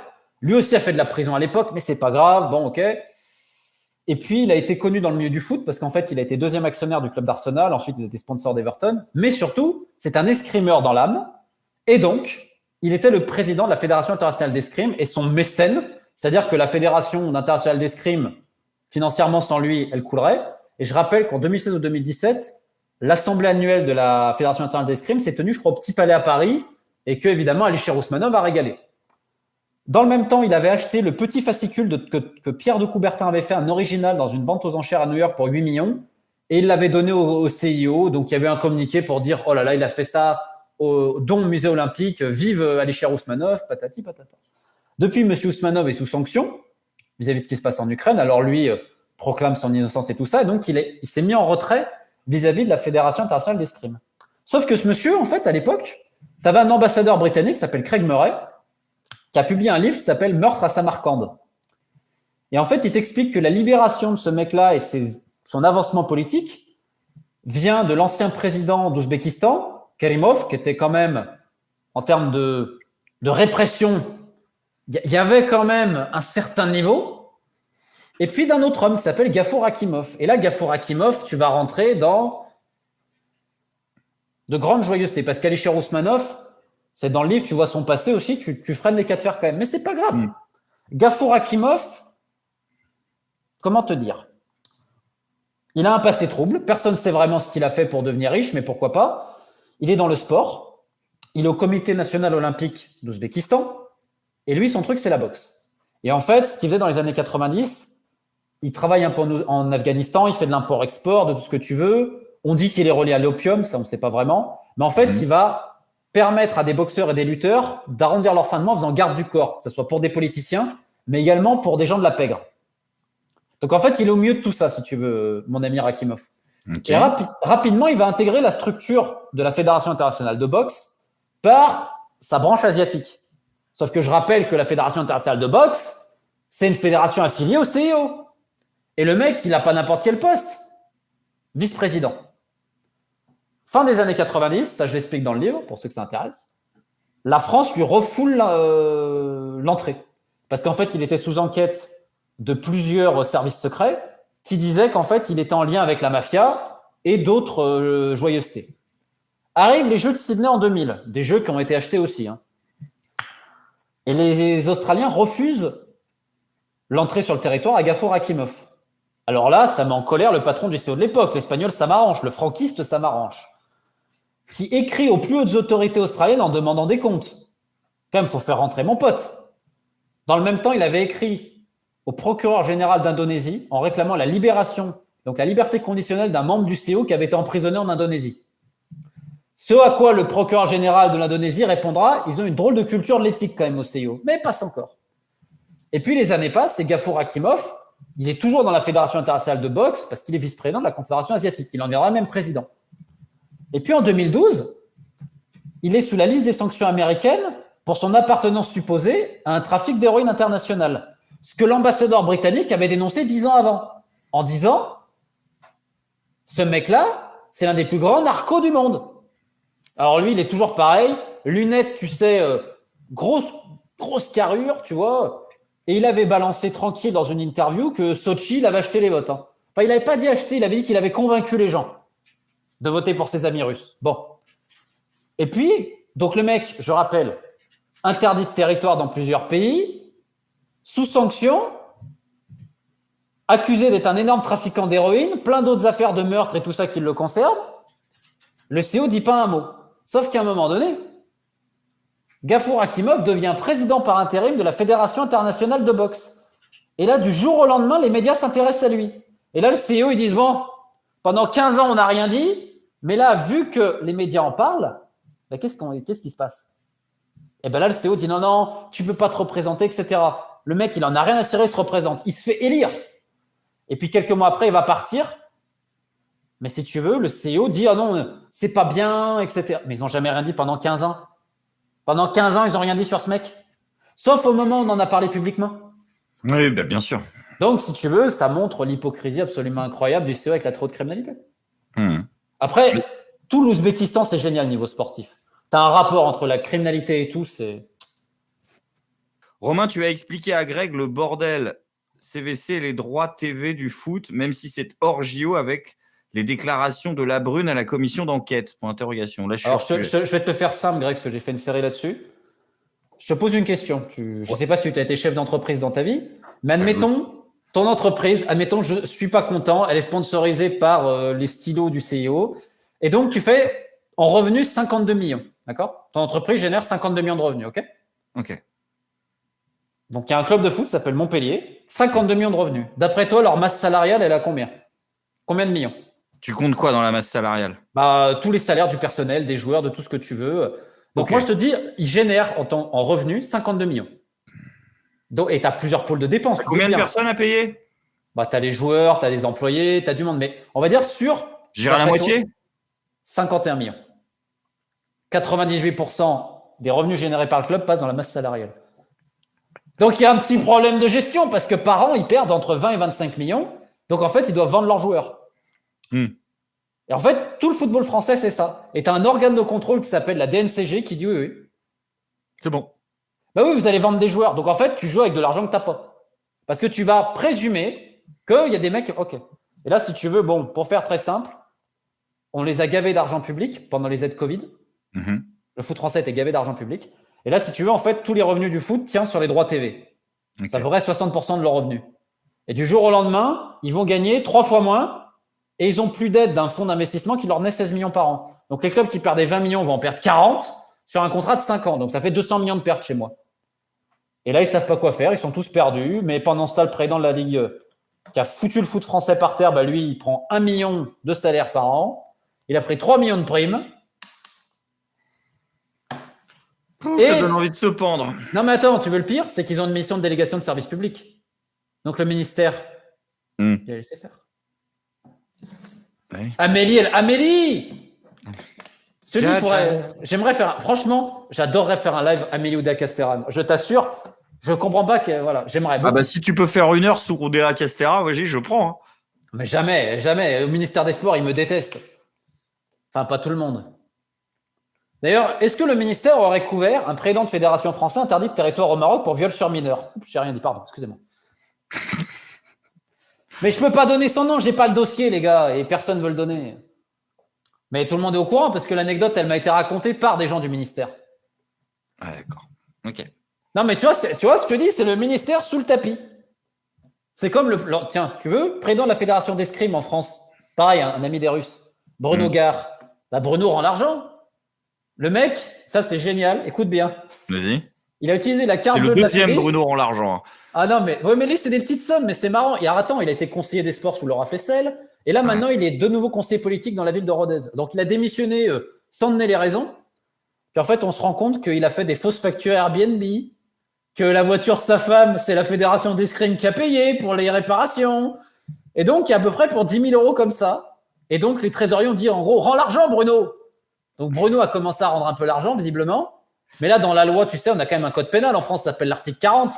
Mais ils font quoi? Pourquoi il y a personne qui utilise cet article? C'est comme les abus sur mineurs couverts par la Fédération française de foot. Ah bah non, faut pas en parler. Donc ceux qui ont couvert, c'est pas grave, pas d'article 40.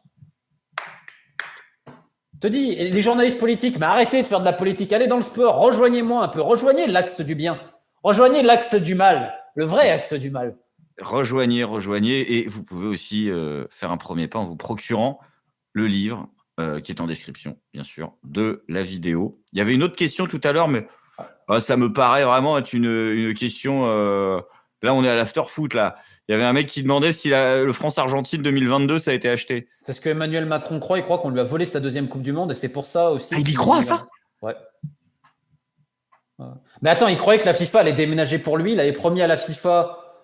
pareil, une exonération fiscale, il avait fait plein de promesses, finalement ça avait été retoqué par le Conseil constitutionnel. Et pour ceux que ça intéresse, Greg, parce que vu que j'ai la peste et le choléra pour beaucoup, si je me permets, parce que autant j'ai pas mon livre sur les JO, mais pour ceux que ça intéresse, parce que je sais que son public ça peut l'intéresser, surtout sur Macron, j'ai sorti ça il y a quelques temps, ça s'appelle Macron, l'Afrique, la FIFA, parce qu'en plus je fais des livres pas trop chers, à 11 € celui-là, ou 12. Et dedans vous allez voir comment pareil la France s'est couchée devant la FIFA pour améliorer son influence en Afrique. Et comment? Et ça, tiens, j'en profite parce que ça c'est un élément très important. Tu vois ce que c'est, l'AFD, l'Agence française du développement. En fait, quand Macron récupère une officine de la FIFA à Paris, en fait, il la corrèle à l'AFD pour améliorer son influence en Afrique en se basant sur le premier discours qu'il a tenu, qui était à Ouagadougou pour sa première tournée africaine, où il parle du sport, des JO, de la FIFA, du foot et tout ça. Et donc, l'AFD, avec la FIFA, finance des projets en Afrique, notamment le projet Championne pour l'émancipation des femmes, des jeunes filles, l'inclusion, bref, tous les termes qui sont jolis, tu vois, il manque que l'écologie. Et donc, on a l'ambassadeur français en Guinée qui était là, les ministres et tout, ils ont ouvert un centre, l'Académie de Nongo, elle s'appelle, qui est censé être un centre donc pour les droits des femmes et tout ça. Moi, ce que j'ai écrit dans le livre et qu'après j'ai dû publier, ce centre, soi-disant magnifique pour le droit des femmes, en réalité, les gamines mineures étaient abusées, certaines ont dû avorter en tant que mineures, d'autres ont fui, dont une qui a été retrouvée dans un camp de réfugiés au Libéria et qui avait raconté sa terrible histoire, où ses parents l'avaient plus ou moins vendue à quelqu'un de la fédération guinéenne. Enfin, c'est un truc abominable. Et si tu veux, c'est à l'UNICEF aussi au milieu.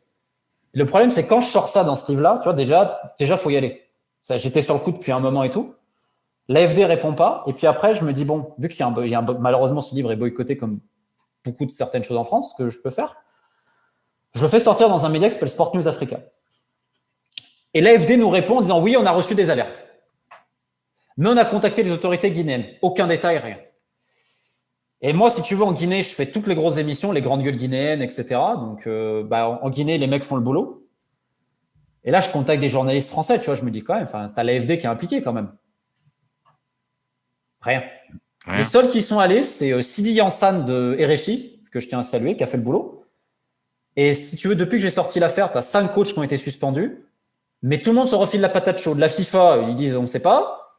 L'AFD, non, c'est pas nous, c'est les autorités. La fédération, non, machin. Et si tu veux, c'est là où tu vois, parce qu'on peut parler des Jeux Olympiques, mais en fait, c'est le monde du sport en général, cache des choses absolument abominables qui brisent des vies. Il y a pas mal de gens qui me disent bravo dans le chat. Plus de 30 et 40 dirigeants en prison ou bannis suite à mes enquêtes, notamment d'abus sur mineurs, le basket au Mali. Et surtout, le plus gros dossier que j'ai fait, moi, c'est la pédocriminalité de masse au Gabon. Là, c'est sur les garçons, notamment. Et aujourd'hui, tu as 5 personnes qui sont en prison. En attendant, j'espère les autres. Un réseau politico avec des pratiques. C'est-à-dire que ça conservait le sperme des gamins dans des bocaux pour des messes noires, etc. Pour jouer en sélection. Ah non, mais oui. Et ça, j'ai participé au documentaire de la BBC, BBC Africa Eye, qui donc les gens peuvent aller sur YouTube, mais BBC Africa Eye Gabon, c'est en anglais, en français. C'est moi qui ai calé les entretiens, etc. J'ai participé à ça et tout a été publié dans le Guardian. Je tiens à signaler que toutes les enquêtes dont j'ai parlé ont été publiées dans les plus grands médias internationaux. Mais oui, on n'est pas sur. C'est pas, je suis pas là et c'est moi qui ai tout fait pour le Gabon aussi. Et si tu veux, pareil, un courage incroyable. Là, je vois ce qui se passe en Guinée, au Congo, et c'est pour ça que ça me fait autant plaisir, c'est que notamment en Afrique francophone, il y a un réveil et ça fait ça fait plaisir. Mais et encore une fois, tu sais que quand tu fais ça, t'es pas payé.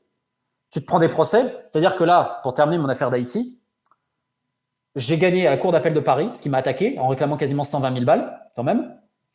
Et on a dû montrer certaines choses, et le tribunal civil a conclu que j'avais une base suffisamment factuelle, suffisamment solide, etc. Et donc, j'ai été relaxé de tout ça. Comme tous les gens qui ont essayé d'intenter des procès, ils l'ont fait. Et j'ai toujours gagné mes procès. J'en ai jamais perdu un. Donc, c'est pas un jeu, tu vois, les gens, ils peuvent rire, etc. Des fois, ils disent machin, mais ce n'est pas dans un jeu. C'est-à-dire que moi, je mets ma peau dessus. Ma peau financière, déjà, à tous les autres niveaux. Mais je crois en ce que je fais. Et aujourd'hui, mon but, c'est que ce grand centre contre les abus au niveau international, le CIO et la FIFA voulaient le financer, finalement, ils ont une bisbille. Mais un jour, on y arrivera. Un jour, on y arrivera. Ça plombe l'ambiance, hein. Non, mais pense aussi, tu vois, je vais te dire, l'une des filles. Aujourd'hui, moi, j'ai les photos, on est toujours en contact. Je vais présenter une dame qui est devenue sa seconde maman. Elle est régularisée. Elle travaille, elle a repris le foot, elle a retrouvé un sourire. Si tu veux, je vais te dire, les campagnes de diffamation contre moi, les hackings, tout ce que tu veux, les gens qui veulent me faire passer pour je sais pas quoi, tout ce que tu veux. Des fois, je sais que ça peut être dur pour ma mère, parce que ma mère aussi a été particulièrement embêtée parfois. Et des fois, tu te dis, mais il y a tellement de mensonges dans le milieu du sport, parce qu'il n'y a pas de contre-pouvoir dans le sport. Contrairement à la politique, il n'y a pas de contre-pouvoir. Ces victoires-là, le fait que cette fille-là, elle a retrouvé un sens à sa vie, ça vaut tout l'or du monde. Merci de ce témoignage. Pas mal de gens qui te félicitent. D'ailleurs, on mettra aussi en description de la vidéo ta chaîne YouTube, hein, pour ceux qui veulent. Je te remercie. Voilà, c'est normal, qui veulent entendre parler de ce genre de choses. Et en fait, si j'en parle pas, le silence permet l'impunité. Et donc, en fait, si j'étais pas autant suivi par des gens, si en fait les gens n'avaient pas autant partagé, je peux te dire qu'il n'y aurait rien eu. J'ai fait des trucs dans le Paralympique, les abus dans le Paralympique au Cameroun. Là, il va falloir que j'ai été contacté encore cette semaine pour des dossiers d'abus, notamment sur mineurs, dans la fédération de volley au Cameroun. Mais je peux pas dire non. Je peux pas tout prendre, tu vois. Non, mais je peux pas tout prendre. Mais maintenant, j'ai l'expérience de comment faire pour mettre les gens en contact, pour arriver à monter un dossier convenable, tu vois. Parce qu'il y a surtout une question de sécurité. Pardon. Pareil en Sierra Leone, j'ai participé à l'exfiltration d'une joueuse avec son frère. À chaque Noël, j'ai un message, tu vois. J'ai pas fait grand-chose. Je l'ai juste mis en contact avec les bonnes personnes, tu vois. Donc, à force, t'apprends. Mais bon, c'est bientôt la fin pour moi. Et comme je te dis, je vois que derrière, des journalistes qui osent, notamment en Afrique, et il y a du courage, et notamment en Afrique. Et ça, ça me touche et ça me fait énormément plaisir. C'est pour ça, tu peux m'envoyer le CEO, le ci, le là. Moi, j'ai parlé avec le cœur et je vais leur montrer la réalité. Est-ce que, maintenant qu'on est en train de conclure avec ta promo, est-ce que tu as un dernier message à faire passer ? Il y a toutes ces fédérations, je te dis, où l'Élysée a dit, en gros, vous mettez le couvercle. Et en fait, l'ANS, donc l'Agence nationale du sport, a dopé financièrement toutes les fédérations sportives françaises. Sauf que l'année prochaine, les subventions, elles vont énormément baisser. Et la plupart de ces fédérations, comme la lutte ou l'escrime, elles sont déjà en déficit. Donc, il va se passer quoi l'année prochaine ? En fait, il faut déjà penser à l'après-JO et à la faillite à venir du sport français, qui a été gonflé d'argent public Et où est passé cet argent public? Bon, bah ça, au moins, je suis quand même rassuré. Ça a servi à payer des faux appartements Airbnb et ça a permis de réparer quand même la voiture de la femme de l'ancien président de la Fédération d'escrime. Donc quand même. Voilà. Mais on le laisse se défendre. Le bonheur des uns fait le malheur des uns fait le bonheur des autres. Le problème, c'est quand il y a 60 millions de gens qui ont le malheur et un mec qui profite d'une Twingo. Non, mais peut-être que c'était pas vrai. Peut-être que le trésorier s'est trompé. Mais bon, il y a quand même la presse qui en a parlé, tu vois. Faut pas oublier. Comme pour les autoroutes, avait dit Bruno Le Maire, une erreur d'appréciation. Bruno Le Maire. Une erreur. Il a. Mais d'ailleurs, tiens. À 15 milliards, quand même. Mais attends, c'est aussi sa responsabilité, lui. En tant que ministre des Finances, il doit quand même regarder où va l'argent public. Bah, je sais pas. Donc, le ministère des Sports, rien. Le ministère des Finances, rien. Mais vous faites quoi? Vous avez laissé les dirigeants du sport s'agresser? C'est qu'il laisse Amélie bosser. Il paraît que c'est une grosse bosseuse, quand même. Ouais. D'ailleurs, attends, je te mets un petit scoop. Allez, on le donne. Amélie Oudéa-Castéra sait que, bon, elle ne restera pas au ministère. Donc, qu'est-ce qu'elle veut maintenant? Elle a commencé sa campagne pour diriger le CNOSF et être la prochaine présidente du Comité national olympique français. Ben voilà, et on lui souhaite tout le bonheur du monde. On va recycler, tu sais, dans la grande famille du sport français, sachant que là, tu vois qui c'est, Guy Dru, un mec qui a été condamné et gracié sous Chirac, qui est membre du CIO, un Français. Bon, bah lui, peut-être, pourquoi pas, tu vois, dès qu'en fait, là, ils veulent tous être ministre des Sports. Guy Dru. De droite comme de gauche. Un méchant dans un bouquin de Balzac. Guy Dru. Ah, il est un peu méchant. Ouais. Mais puis condamné et gracié par Chirac. Et en gros, si tu veux, aujourd'hui, ce qui est marrant, c'est que le ministère des Sports, personne n'en voulait. Et là, tous, ils attendaient un nouveau gouvernement. Et de droite comme de gauche, ils voulaient tous y aller. Bien sûr. Tu sais, parce qu'ils voulaient leur photo avec Thomas Bach, Dieu, le roi Soleil et tous les chefs d'État, etc. Donc ça te montre la puissance, en effet, du sport, dévastatrice. Et ça montre que, bon, malheureusement, on est loin d'être sorti dans le sport français de tous ces petits arrangements. Et pour ceux qui veulent en savoir plus, bah, ils peuvent s'abonner à ta chaîne YouTube. Vous êtes plusieurs milliers en direct là à nous suivre. Et ben, n'hésitez pas à aller vous abonner. C'est un grand plaisir de t'avoir pour cette première, ce retour des interviews en direct, même si on a fait avec, voilà, encore une fois, la nécessité technique. On le rappelle, notre invité ne peut pas trop mettre les pieds en France. Et je pense qu'après ce live, pas mal de gens ont compris pourquoi. Merci à toi d'avoir été là. Merci aux spectateurs. Merci à la régie. Et comme on dit ici, merci Cognac Jet. À vous les studios et à très vite.